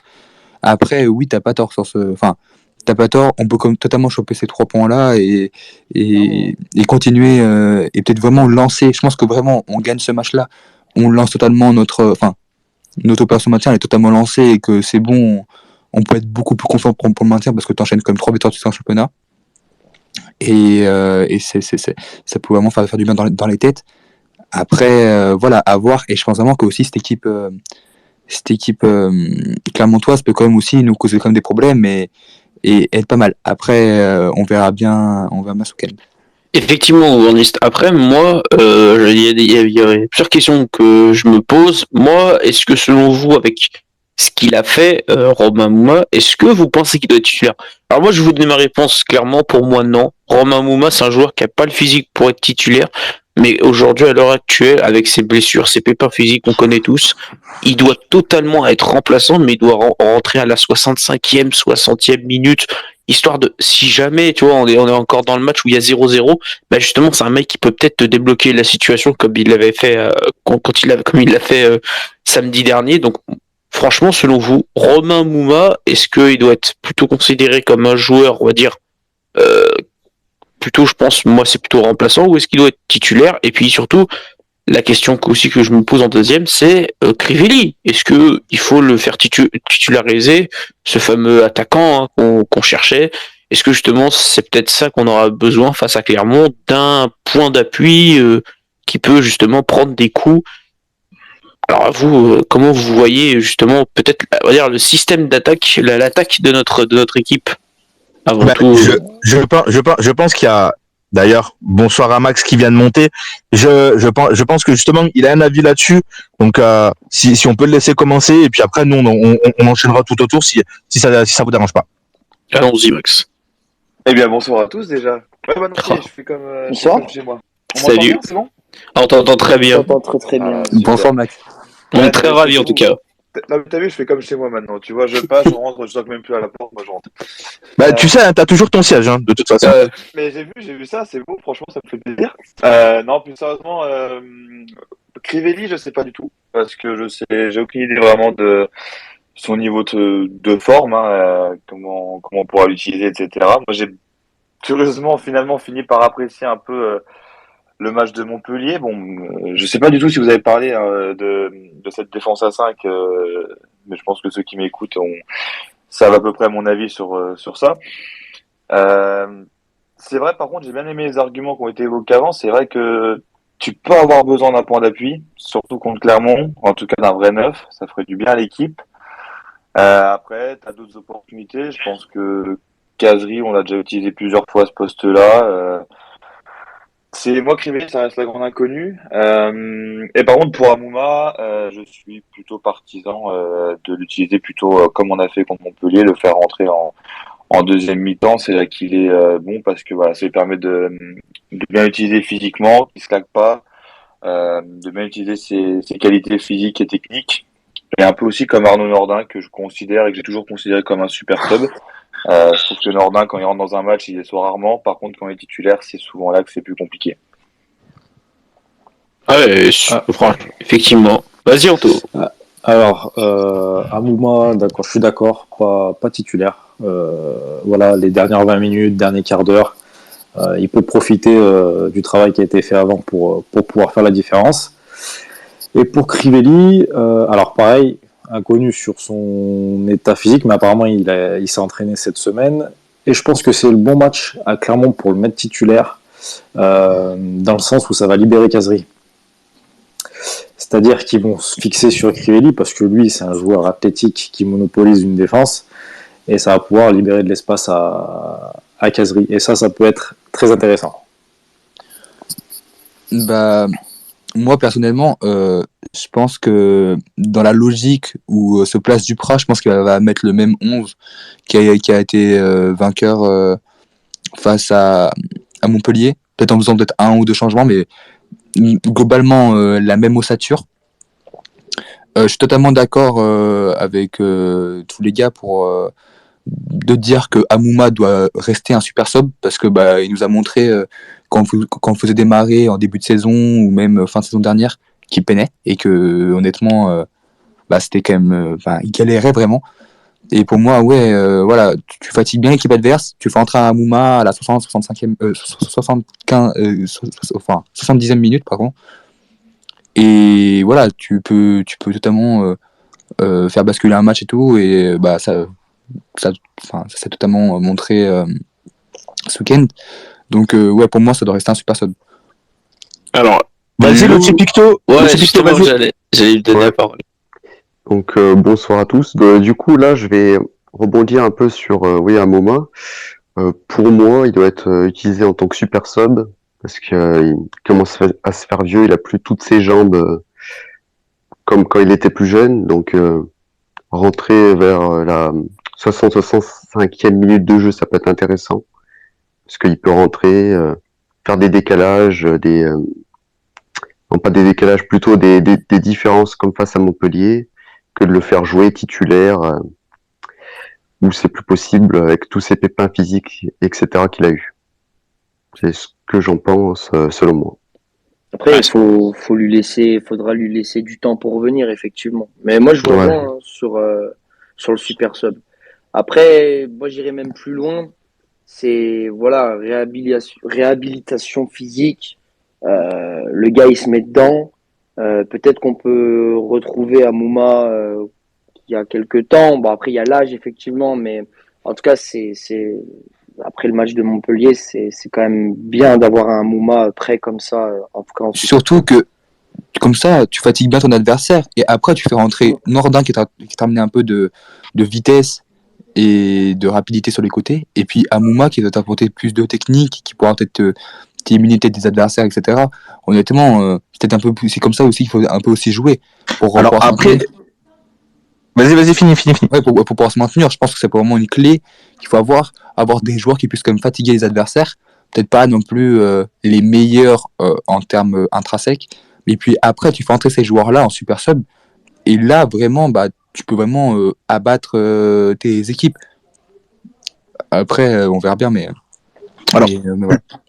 justement, pour revenir sur la compo, alors ce qu'il faut savoir, c'est que toutes les physionomies de chacun des matchs ne sera pas à chaque fois la même. Ça, c'est une chose qu'il va falloir tenir compte aussi. Concernant Amouma, quel que soit le match qu'il a fait, je pense qu'on sera tous d'accord pour dire que son entrée en jeu, elle a juste été énorme. Il a apporté dans tous les sens du terme. On connaît tous la qualité d'Amouma. Je pense qu'on est tous d'accord pour dire que Amouma fait partie des top players qu'on a pu avoir sur les 10 dernières années. Maintenant, voilà, il y a le poids des années qui commence à se faire sentir. On sait qu'au niveau physique, Amouma, c'est pas ça non plus. Donc maintenant, effectivement, la meilleure utilisation d'Amouma, je pense, sur cette fin de saison, ce sera en sortie de banc et pas autrement. De le mettre titulaire, tu vas le fatiguer, tu risques de le perdre, tu risques de le claquer. Et puis justement, si tu te donnes des bouts de match, ça permet aussi de lui faire gonfler la confiance. Et on sait ce que ça fait un Romain Amouma en pleine confiance, en pleine bourre. Donc je pense que voilà, ça doit être notre super sub. C'est pas parce qu'il sera sur le banc que ça veut dire qu'il est mauvais. Même s'il fait une super entrée en jeu, même qu'il claque un triplé, il aura rien à faire titulaire le match d'après. Voilà, je pense que c'est comme ça qu'il va falloir le gérer pour cette fin de saison. Nordin, Auchiche, c'est un peu différent. Nordin, je pense que il va falloir le mettre dans une rotation avec Bakisako, Tube, Bonga notamment. Là, on a vu qu'au dernier match, Bonga n'était pas, enfin, il n'a pas fait un très très grand match. Il a apporté dans d'autres choses, mais enfin voilà, dans ce qu'on lui demande, en tout cas d'être décisif, il n'était pas là. Au contraire, contrairement à Arnaud Nordin. Donc pourquoi pas justement faire jouer un petit peu ce turnover-là. On peut se le permettre, hein, c'est des problèmes de riches qu'on a maintenant, tant mieux. Donc faire rentrer Arnaud Nordin, qui va en plus apporter sur l'explosivité, sur la technique, sur la percussion. En tout début de match, on va être à l'extérieur cette fois-ci, avec une équipe, je pense, qui va tenir le ballon, contrairement à ce qu'on a pu avoir contre Montpellier, où c'est nous qui avions le ballon. Montpellier, clairement, ils ont mis le bus, ils nous ont laissé avec le ballon, ils nous ont laissé jouer. D'ailleurs, c'est ce qu'avait dit le Montpellierin en sortie de match. Il avait dit qu'ils n'avaient pas assez tenu le ballon. Contre Clermont, je pense que ça va être différent. Donc, je pense qu'un Nordin pourra apporter sur des contres, avec justement un Enzo Crivelli qui peut, pourquoi pas, justement peser sur les défenses et fixer la défense centrale. Donc, ce qui apportera encore plus d'espace, notamment pour Arnaud Nordin et Wabi Kazri. Voilà, je vois bien ce trident-là offensif. C'est-à-dire Nordin à gauche ou à droite, Kazri pareil sur un côté et Crivelli devant. Je pense que ça peut le faire comme ça. Si bien évidemment coach Duprat nous met pas cette fameuse défense à 5. Donc voilà. Donc il va falloir faire tourner, je pense, au niveau des joueurs. Et Auchiche pareil, en fonction de si t'as le ballon, si t'as pas le ballon. Vous voyez, on avait le ballon en fin de match, on mettait la pression, on était haut sur le terrain. Auchiche était bon. Si t'es en galère, Si t'es en galère, si c'est toi qui cours après le ballon, Aouchiche, je vais pas dire qu'il te sert à rien, mais il est moins bon. Donc voilà, il va falloir réfléchir comme ça, je pense.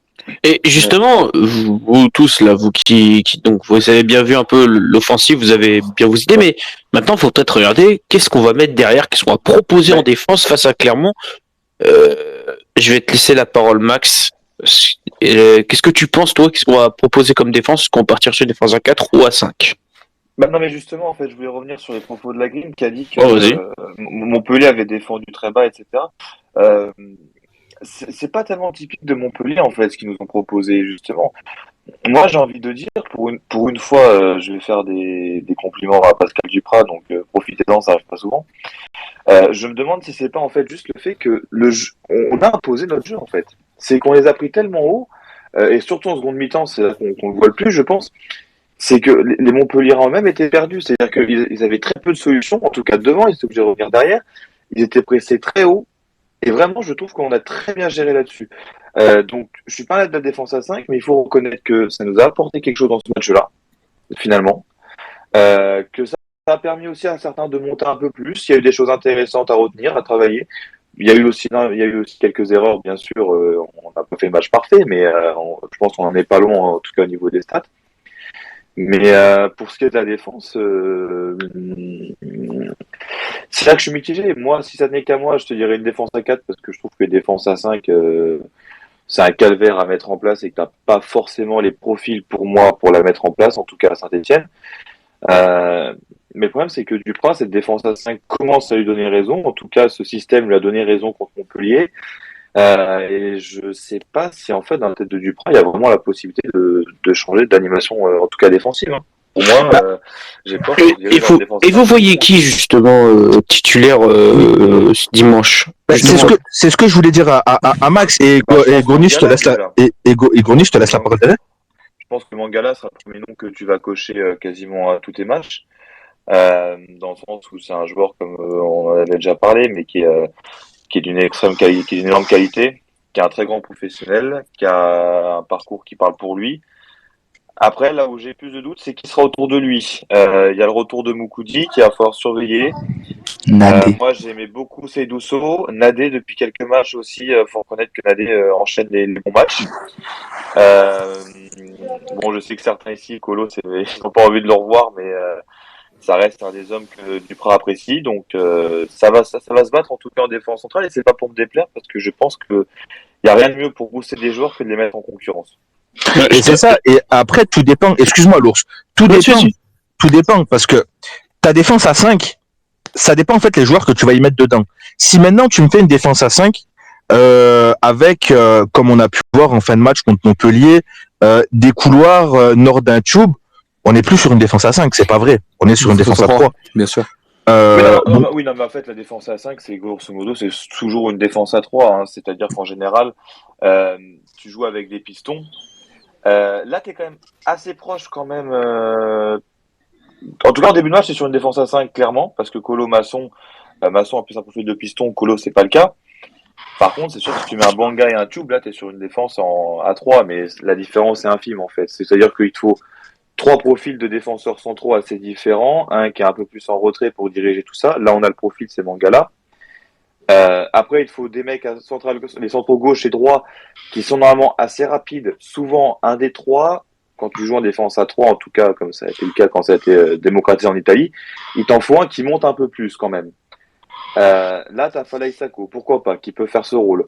Et après, il te faut des pistons. Et là, par contre, c'est là que ça me dérange, c'est que des pistons à Saint-Etienne, j'en vois qu'un seul qui, moi, a les qualités d'un piston, enfin 2, c'est Sako et Banga. À gauche, je vois pas de joueurs qui ont les qualités pour être des pistons. À droite, j'en vois 2. Bah après, alors justement, excuse-moi, je me permets. Et je te jure, après, je me tais et je vous écoute religieusement. Oh, mais non, la Green, ne t'excuse pas. T'es un excellent intervenant. Justement, par rapport à ta défense à 5, si maintenant tu viens et que tu mets une défense, on va partir de droite à gauche. Hein. Donc, tu fais Sako, Nadé, Mangala, tu vas mettre... et merde, j'ai oublié mon axe gauche, j'ai mangé le nom. Nadé est un axial gauche, hein, quand même. Oui, Nadé va même plus être axe gauche, effectivement. Axe droit, tu peux mettre Seydou Sow. Voilà, Il a donc les qualités pour jouer axe droit dans une défense à 5. et effectivement, donc tu vois, tu mets ces deux axiaux autour de Mangala et tu mets Kolo à gauche, t'as vraiment une vraie défense à 5 avec 5 purs profils défensifs. Sako, c'est pas un profil très défensif. Hein. Déjà, il est moins offensif que Masson. Eh ben, en tout cas, nous, quand on a travaillé sur la piste Sako, des retours qu'on a eu de Guimarães, c'est qu'en fait, le reproche qui lui était fait justement, c'était d'être trop devant et jamais derrière quasiment. Pour un défenseur, c'est un peu chiant. Et justement, alors on pense que ça doit être pour ça que Pascal a décidé de le mettre dans cette charnière centrale. Parce qu'en fait, du coup, ça l'a bridé. C'est-à-dire qu'en fait, c'est un joueur qui a ce problème à ne pas vouloir défendre, tu la forces à défendre et il l'a fait très bien. En tout cas, je trouve pour moi, Sako, c'est limite l'homme du match. Parce qu'il m'a vraiment époustouflé. Je ne le voyais pas avec autant de qualité défensive. Mais Sako, vraiment, a les capacités physiques, athlétiques, techniques, on attend de voir un peu, pour remplir ce rôle de piston. Et c'est même pas lui surtout. Non, en tout cas, je suis d'accord avec toi, Max. Et par contre, moi, je vais juste dire une idée, mais alors moi, je veux le défendre. Et je pense que, alors c'est vrai qu'il a fait pas mal de conneries, mais sincèrement, sur son dernier match contre Montpellier où il jouait piston gauche, Kolo Djezak, sincèrement, c'est un grand oui, et je le dis sincèrement, c'était le seul qui faisait des centres potables. Excuse-moi, Gournis, je peux juste finir. Mais ça fait depuis des matchs qu'on dit que Kolo est meilleur à gauche que dans l'axe. Ah oui, totalement. Et puis surtout, fallait voir son match à gauche. Il a bien contenu, il a plutôt bien contenu son aile. C'était le seul qui faisait, avec Masson, quand Masson était sur le terrain, Masson faisait des très mauvais centres et Kolo justement lui s'appliquait. Je l'ai vu, il a varié les centre hauteur. À un moment, je le vois, il fait un très bon centre à mi-hauteur qui peut donner avec une déviation de la tête de Cazerie. Bon, ça te donne rien, mais tu vois, il a une bonne qualité de centre et je pense justement si tu fais jouer Crivelli, peut-être, alors ça paraît bête, mais je pense remettre la même compo qu'à Montpellier ou essayer de la modifier un peu, mais dans l'esprit avec deux attaquants, avec un Kolo piston gauche qui te centre sur la tête de Crivelli, ça peut être pas mal, hein, parce qu'en plus, moi j'aime beaucoup Kolo piston gauche, donc franchement je sais pas ce que vous en avez pensé, mais moi ce serait un gros oui s'il est titulaire. Hein. Alors, moi je rebondis sur notre défense, je te rejoins lourd sur Kolo. Je rebondis sur la défense. Alors moi, j'ai trouvé Sako et Mangala très complémentaires. Pourquoi Sako va très très vite, Mangala moins, et Nadé, il va très vite aussi. Moins que Sako, mais il va très vite aussi par rapport au gabarit qu'il a. Et je pense que les trois là, ils sont complémentaires. Et je pense que Moukoudi, on n'est pas prêt de le revoir si il garde cette défense à 5. Bah, honnêtement. Mais oui, t'as totalement raison. Hein. Vu les performances de Moukoudi, c'est la dernière performance qu'il a fait à Saint-Etienne, j'ai l'impression qu'il a vraiment perdu sa place dans le 11. Puis avec les arrivées de Mangala, de Sako et de tout ça, Après, attention, on va attendre, d'accord ? Bien on va sûr, attendre la confirmation des recrues, mais moi je suis quand même assez confiant. Mais ce que moi je retiens surtout, c'est que c'est un des seuls matchs où au niveau des relances, c'est quasi parfait. Sako n'a pas raté une passe. Et puis ça va vite. Tu vois, il réfléchissait. Son temps de réaction, il était très très court. C'est-à-dire qu'il recevait le ballon et boum, il envoyait, pas s'appuyer dans les pieds et les transitions, elles se faisaient très rapidement. Et ça faisait très très longtemps qu'on l'avait pas vu. Après, Anto, moi, je vous entends dire que Moukoudi ne doit plus être titulaire, mais attention. J'avais entendu au Saturday Night Club et je vais bien reprendre ce qu'ils ont dit. D'ailleurs, excellente émission lundi. Ils ont dit attention. Comme ça, j'ai rien à faire. Oui. Alors, ils ont dit quand même attention. Moukoudi, quand il était avec Cissé, c'est un autre défenseur. Là, Moukoudi, si tu le mets avec par exemple un Mangala, il peut peut-être être bien meilleur. Attention, ça peut être un autre homme que qu'on a vu en début de saison. J'ai pas dit qu'il ne devrait plus être titulaire. J'ai dit que si ça continue à être bon comme ça derrière, ça va être compliqué. Mais surtout avec son Nadé aussi. Nadé qui de très bonne qualité et qui honnêtement limite. Alors, je me suis fait cracher dessus sur Twitter il y a quelques jours sur ça, mais vis-à-vis de moi, j'ai l'impression qu'il a pu dépasser So en termes de niveau, enfin en termes de même dans les autres Duprat et même sur le terrain. Mais c'est ça. Que j'avais en dit, fait. Vas-y Anto. Rappelez-vous ce que j'avais dit sur les spaces d'avant. Quand des jeunes sont entourés de joueurs expérimentés, ça change. Regarde Nadé, Mangala, il est arrivé, il a dû lui parler pendant 90 minutes. Enfin non, il a joué quoi, 75 minutes 70 minutes environ, ouais, 75 minutes. Ouais. Quasiment. Mangala, ouais, il sort. Mangala, il a parlé à tout le monde. Mais après, il est là pour ça. C'est aussi pour ça qu'on l'a recruté. Bien sûr. Et ça change un joueur.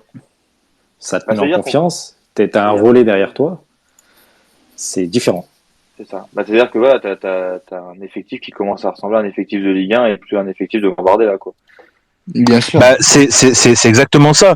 Et autant au SNC, ils ont totalement raison par rapport à Moukoudi, et autant l'ours, tu fais bien de le rappeler. Moukoudi n'a jamais été meilleur à Saint-Étienne que quand il a eu un vrai défenseur central à côté de lui qui était l'an dernier Pape Cissé.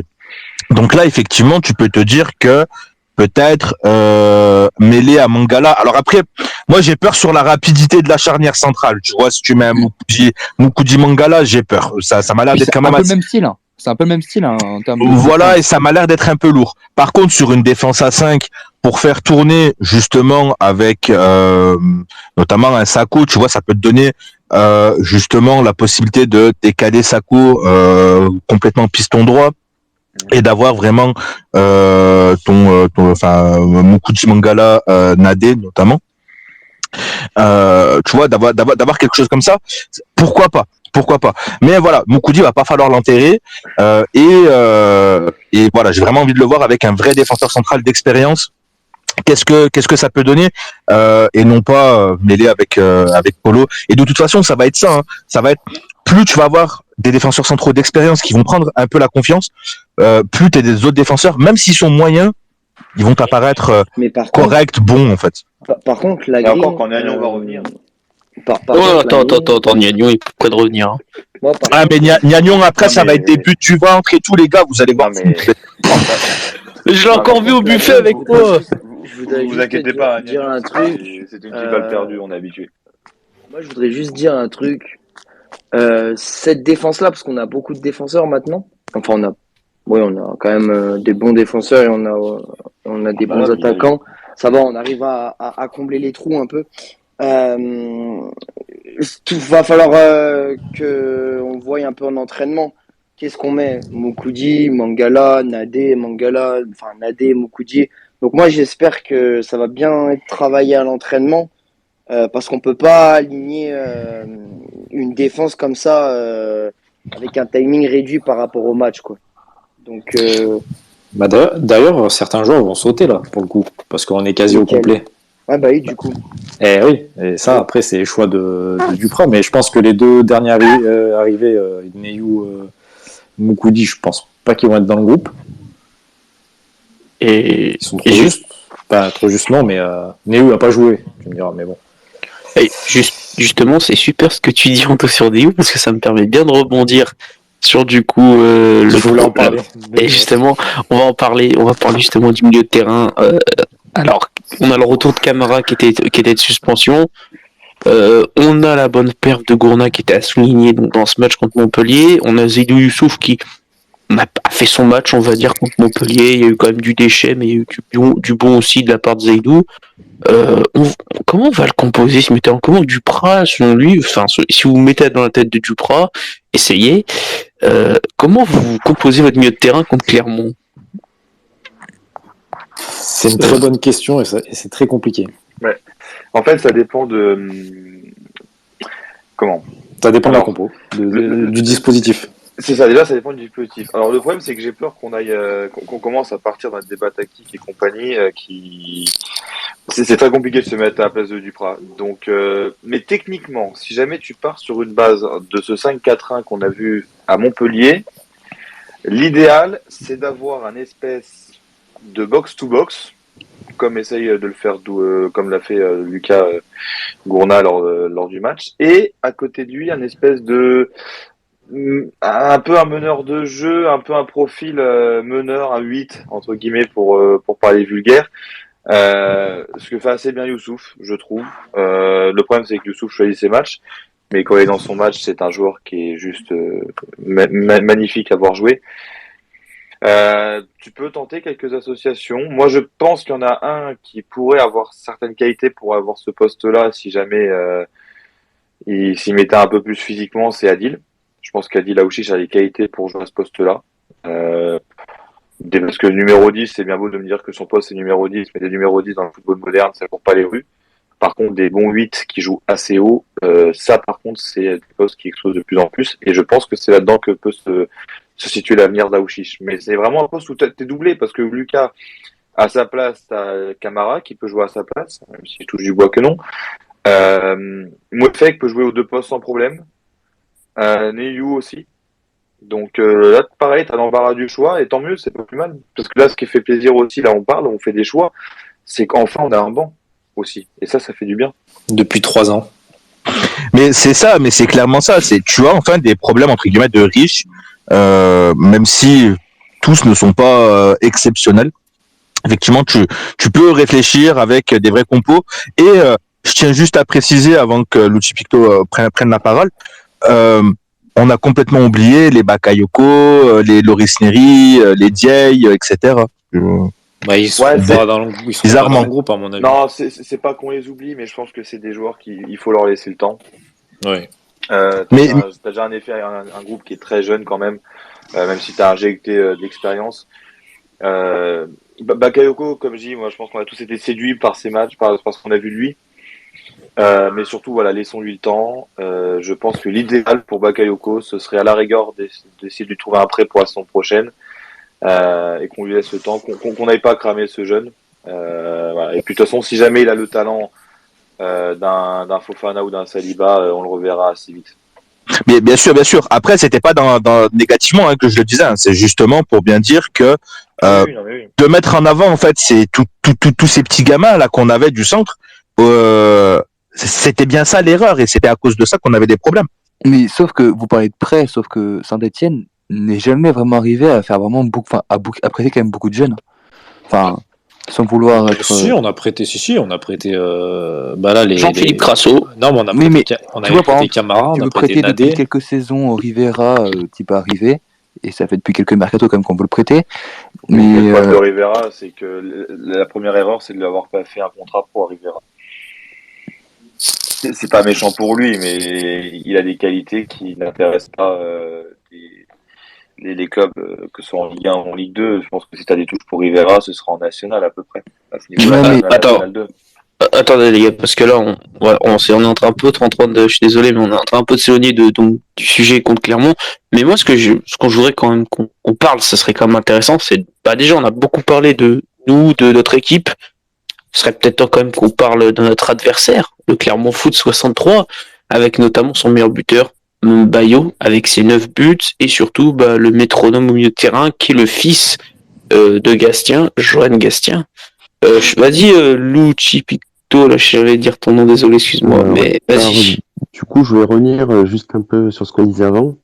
C'est qu'avec notre profondeur de banc, ce qui va être intéressant, c'est que les joueurs vont devoir élever leur niveau de jeu pour gagner leur place.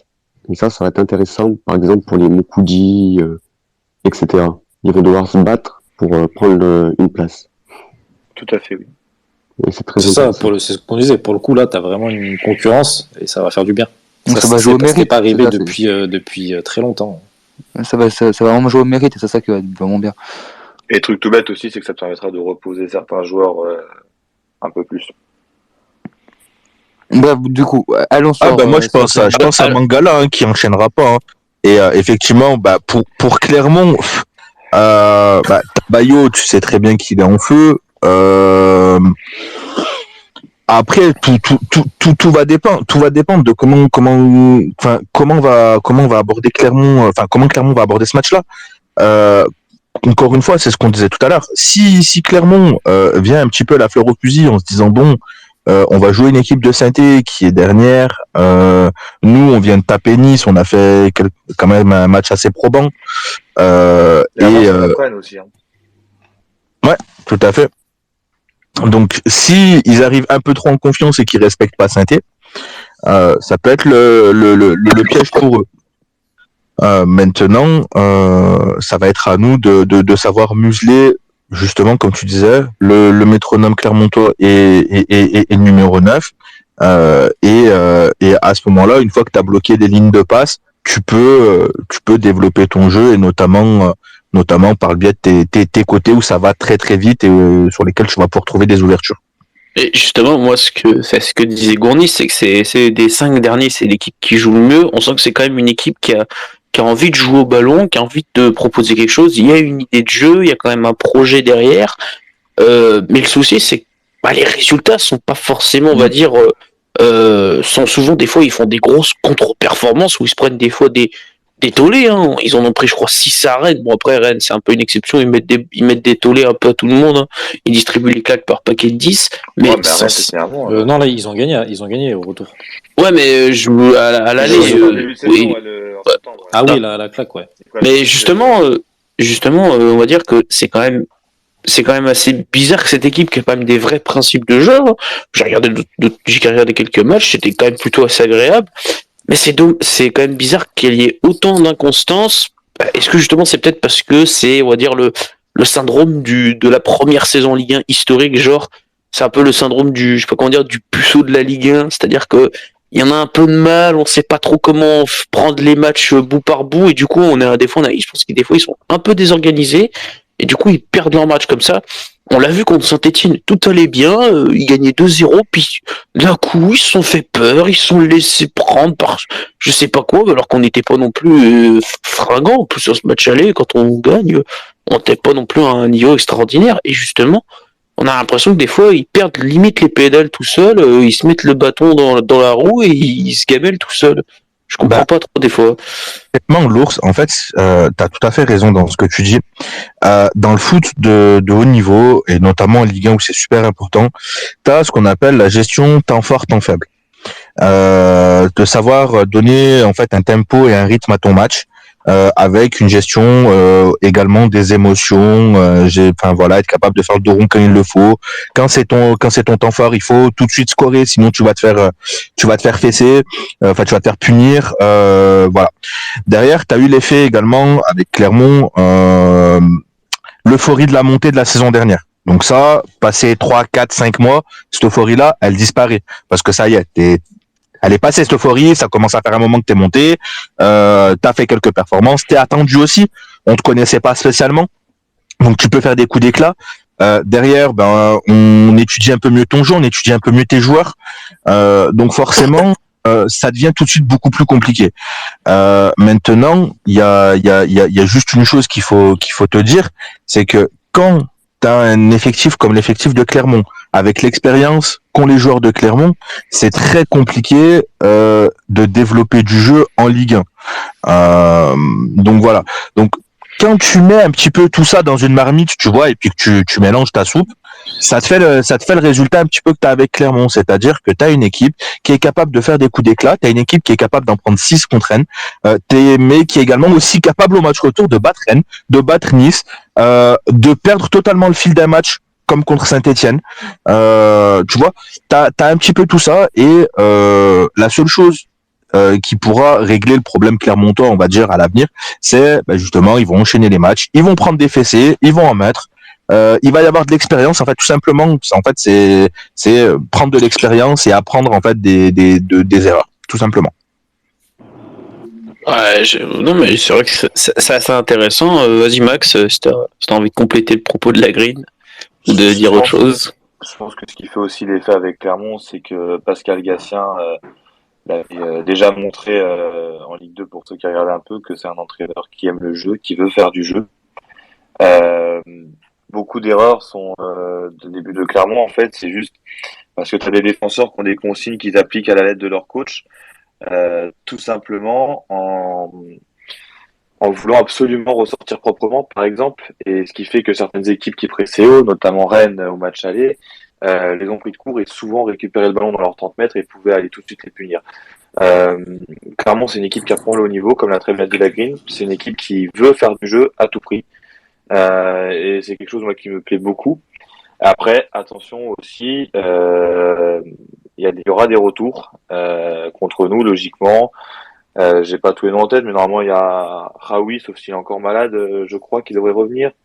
On a aussi Bilong, potentiellement, sauf s'il est encore blessé, mais surtout Bayo et Alevina. Moi je trouve qu'il y a des joueurs de qualité vraiment. Qui vont, attention, les deux que tu viens de citer, ils vont très très vite. Hein.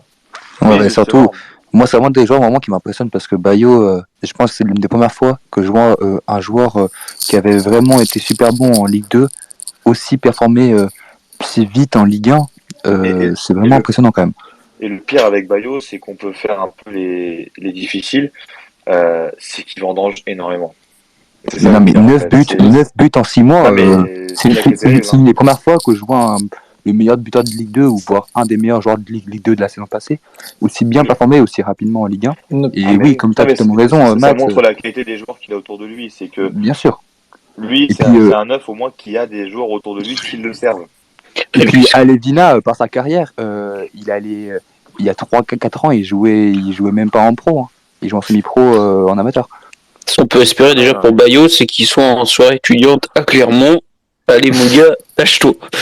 Non, et puis Clermont, l'effectif n'a pas bougé, enfin pas trop bougé par rapport à leur saison de Ligue 2. Donc c'est vrai qu'ils se connaissent, c'est des potes, hein, c'est une bande de potes. Hein, Clermont, c'est devenu une bande de potes. Et en plus de bien se connaître, ils jouent bien ensemble. Donc effectivement, oui, tu as des hauts et des bas dans la saison. Mais ça c'est normal, pour un promu c'est souvent comme ça que ça se passe, mais après voilà, je pense que leur point fort ça va être devant. Et surtout ce qui est agréable je trouve avec Clermont, c'est un promu qui a en fait je trouve, et c'est là que j'ai un petit d'accord avec la Green, c'est qu'il a dit comme tous les promus. Moi je pense que non, justement Clermont est un promu qui change, et d'ailleurs si les promus cette saison change, 3 quand Batles arrive, c'est une équipe qui veut faire du jeu. Clermont qui arrive, c'est une équipe qui veut faire du jeu. Alors que il y a quelques temps encore de ça, qu'on avait des équipes qui montaient de Ligue 2, la première saison, c'était on blinde derrière, c'était l'autobus, et puis avec un peu de chance, on sera 17e à la fin de saison. Là, on arrive avec des équipes qui aiment jouer au football, qui proposent du football, et c'est agréable, vraiment. Alors justement, je vois qu'il y a Snowgiz. Salut Snow, est-ce que tu nous entends? Est-ce que tu as envie justement, toi, de participer et de nous dire à peu près ton ressenti sur cette équipe clermontoise? Nous t'écoutons. Ah. Alors, t'as un petit souci technique, j'ai l'impression, pour que tu puisses parler. Donc, moi, je vais quand même compléter en attendant. Moi, ce que je vois, c'est quand même, dans cette équipe clermontoise, ouais, il y a quand même Bayo, c'est sûr que 9 buts. Oui, moi, je rejoins ce que dit Max, c'est que c'est vraiment un promu qui a envie de faire du jeu. Ça change quand même de ces dernières années où, moi, je me souviens d'Amiens, qui a été monté sa première saison. Le bus, le bon gros bus. Alors après, au fil des matchs, ils ont commencé à jouer, mais je me souviens que des fois, vraiment, c'était le bus. Alors oui, aujourd'hui, ça change parce que les promus ont envie de jouer.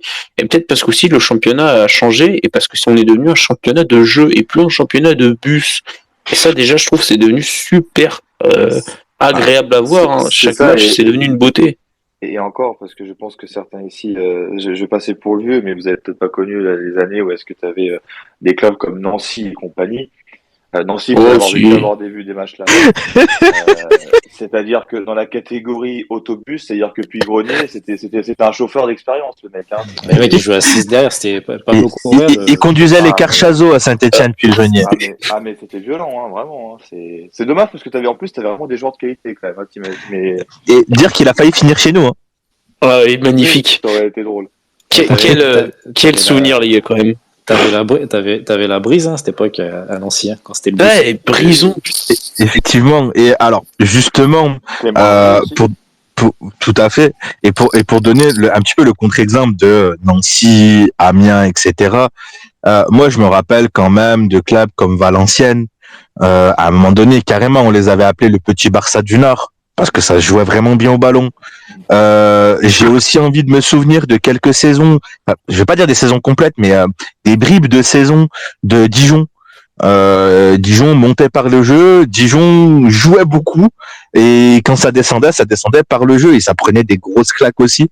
Donc voilà, il y a les premières saisons de Brest aussi, qui étaient loin d'être dégueulasses. Quand Brest est monté avec Nolan Roux, c'était pas non plus une équipe qui mettait spécialement de bus. Donc il y a quand même, voilà. Après, c'est tout dépend de la philosophie. Si on revient sur Nancy, ça joue le bus en Ligue 1, en Ligue 2. Je vais prendre une équipe actuellement en Ligue 2 qui est super agréable à jouer, qui est l'équipe de Toulouse. Toulouse développe du jeu en Ligue 2. La saison prochaine, si tout se passe bien, normalement ça devrait monter en Ligue 1. Vous verrez que la saison prochaine, ça jouera aussi au ballon. Et ça va en surprendre plus d'un d'ailleurs, parce que Toulouse avait la réputation de ne pas spécialement jouer au ballon, sauf les fameuses années avec... j'ai oublié l'attaquant Max, si tu peux... Oh, bah, t'as eu Sergio Ben Yedder, Braithwaite. Non, avant encore. Avant. Avant qui? Avant Ben Yedder et Braithwaite. Elmander. Johan Elmander, merci. Les gars, juste, bon, c'était vraiment une belle parenthèse sur ces promus. Moi, ce que je voulais savoir, c'était surtout...